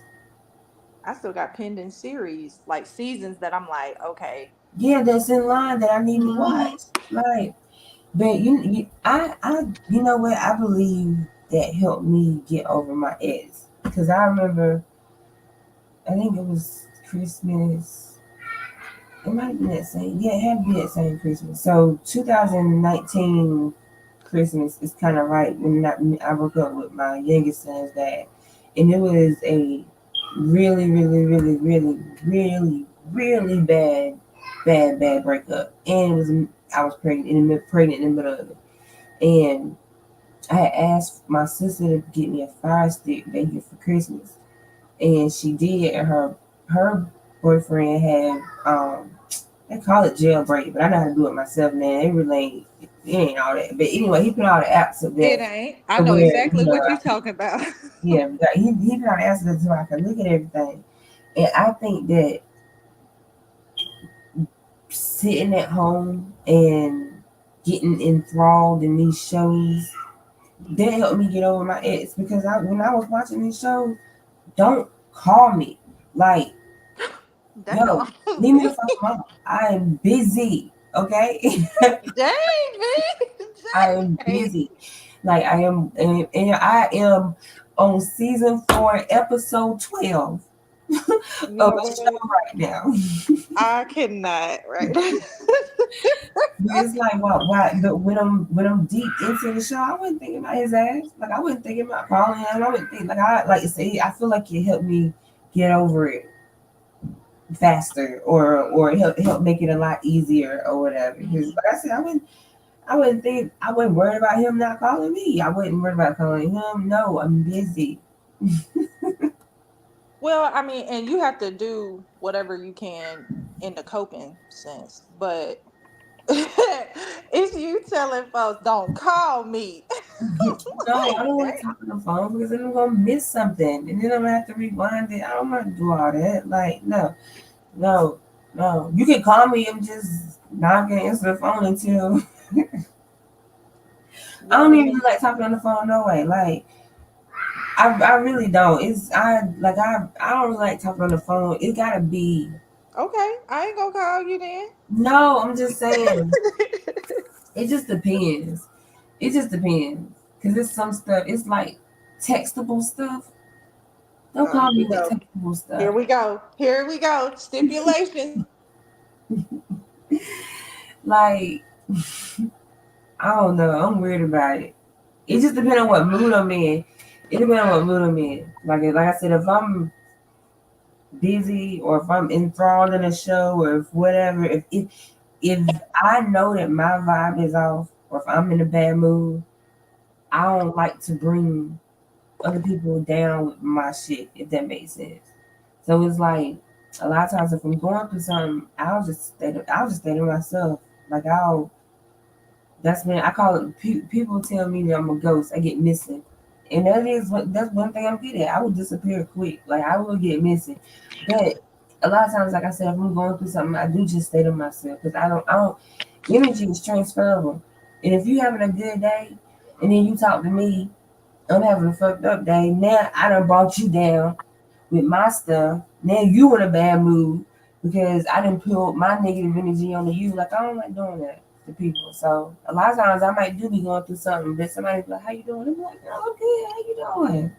And not be really telling the truth. Yeah, I get that. I mean, I'm just iffy about who I tell my business to too. So I could be having a terrible day. You'll never know it. Right. Okay, well, V, are you having a terrible day? Can I tell you a joke? I don't have a good one, but I can tell you a joke. No, I'm not having a terrible day today. I'm like, I'll keep that joke in my pocket. I'm gonna keep that joke in my pocket then for a good day. Is that a dad joke? No, it's actually cruel. It should not be used at all. I'm gonna pray for you, okay? Thank you. Laugh, what is Snowfall? I don't think I heard of that show. You never heard of Snowfall? I don't think so. Oh my gosh. Is it something with some red ink on the main image? Oh, I don't know. Like it's the This is word a Snowfall? show. It's about drugs. I'm thinking I think it's the show I'm thinking about. But that's okay, I'm gonna look it up. Oh yeah, Snowfall is shit. See, I told you, I end up being late to shows. Like, I got dragged by my Facebook friends when they were like, "You just now watching Power?" Yeah, because I like the shows to be over with by the time I watch it. But then I end up missing out on some stuff. Yeah, Snowfall is that show I'm thinking about. Oh, I just don't like watching stuff when everybody else. Like, if a lot of people are bragging about a show, I won't watch it. But when everybody stop bragging about it, that's when I'll get on it. Like it's certain stuff I'm just not interested in. I never ever watched Empire. I have never watched Love and Hip Hop. Like, I'm just not. Mm-mm. That was very dramatic. But what? V. I just be looking at Love and Hip Hop. One, because I like to look at Scrappy right now. But they always usually do say what location they're at, like what restaurant or something like that. And I always try to go like see what it's about, or it gives me new places to go adventure to. That's what I've always done. But I found out I was on TV on Real Housewives of Atlanta like 4 or 5 years ago, maybe. And it was from a like pop-up show that they did, like where you could go in and buy from the people on the show that they sell their products, but they were also filming. So I was like, let me get my 10-15 seconds of fame. And me and my mom drove down to Atlanta and we got on TV. But I like supporting us, and also they local to me. They're not that far away. So, whatever restaurant business it is, if a celebrity go in there, it should kind of be okay. So I'll go in there and support the business. Oh, I've watched now the only reality show I would watch is Housewives of Atlanta. What's about the crack laugh? It's about she was telling you that Snowfall was about crack, yeah. What? Oh but yeah. I will. That's the Housewives of Atlanta is the only reality show that I would watch. I was on that, but even the last couple of years of that, I haven't even been into. Because I wouldn't know about certain celebrity restaurants probably if it wasn't for watching some of the reality shows. Like, I didn't know how you mentioned you didn't know Trick Daddy had a cooking show. I didn't know he had a restaurant if it wasn't for him being on Love and Hip Hop. And then as I'm traveling down to Miami, you doggone right, I'm finna go stand in that long ass line and get me a plate from Trick Daddy's restaurant. But I think that we obviously know that there is a certain level of script, like it's scripted to a certain degree, but some of it's not 100% just fake. And that's another piece of it that I'm like, let me find out you single for real.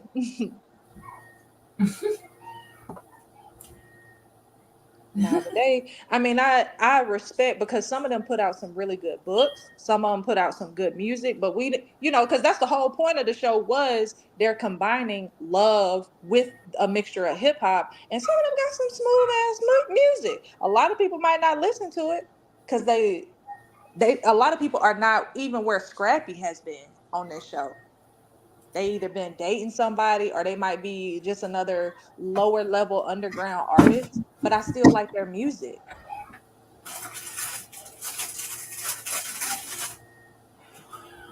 It's the fact that she said it's about crack. All right, well, let me go and feed my children. All right then, girl. We'll be back at it in the morning. Sure will. Hopefully we'll get some info about this juror, because how you gonna tell us that the deputy is the one that saw the video, and then Adams asks you, okay, well, ask the deputy how he saw the video, and then we'll hear nothing about it for the rest of the day. Because it's like, okay, well, how did the deputy see the video? They not supposed to really be watching it either. And I hate Weinstein wasn't in there because he specifically said something with one of the jurors. I feel like he would have said if it was something with Sylvia and it had nothing to do with a juror. Like I just feel like he wouldn't have said something specifically like, oh, it's regarding one of the jurors. That to me says it's a fact. It's something about a juror who has seen something, because he never wanted to say it when they were in there. And I'm like, dang, I wish he was here today, but I can't buy it. And they done had time to think about a storyline. I can't buy the deputy having that information. Does he know about it? Maybe, but probably a juror told him. Yeah. And that's what we need to find out. So hopefully we'll find out tomorrow. I was hoping by now somebody would have been found a motion that somebody made a video about, but I don't see nothing. So, but yeah, we'll be back at it bright and early in the morning. All right, we will holler at you. All right, everybody have a good night. Bye, y'all. Bye.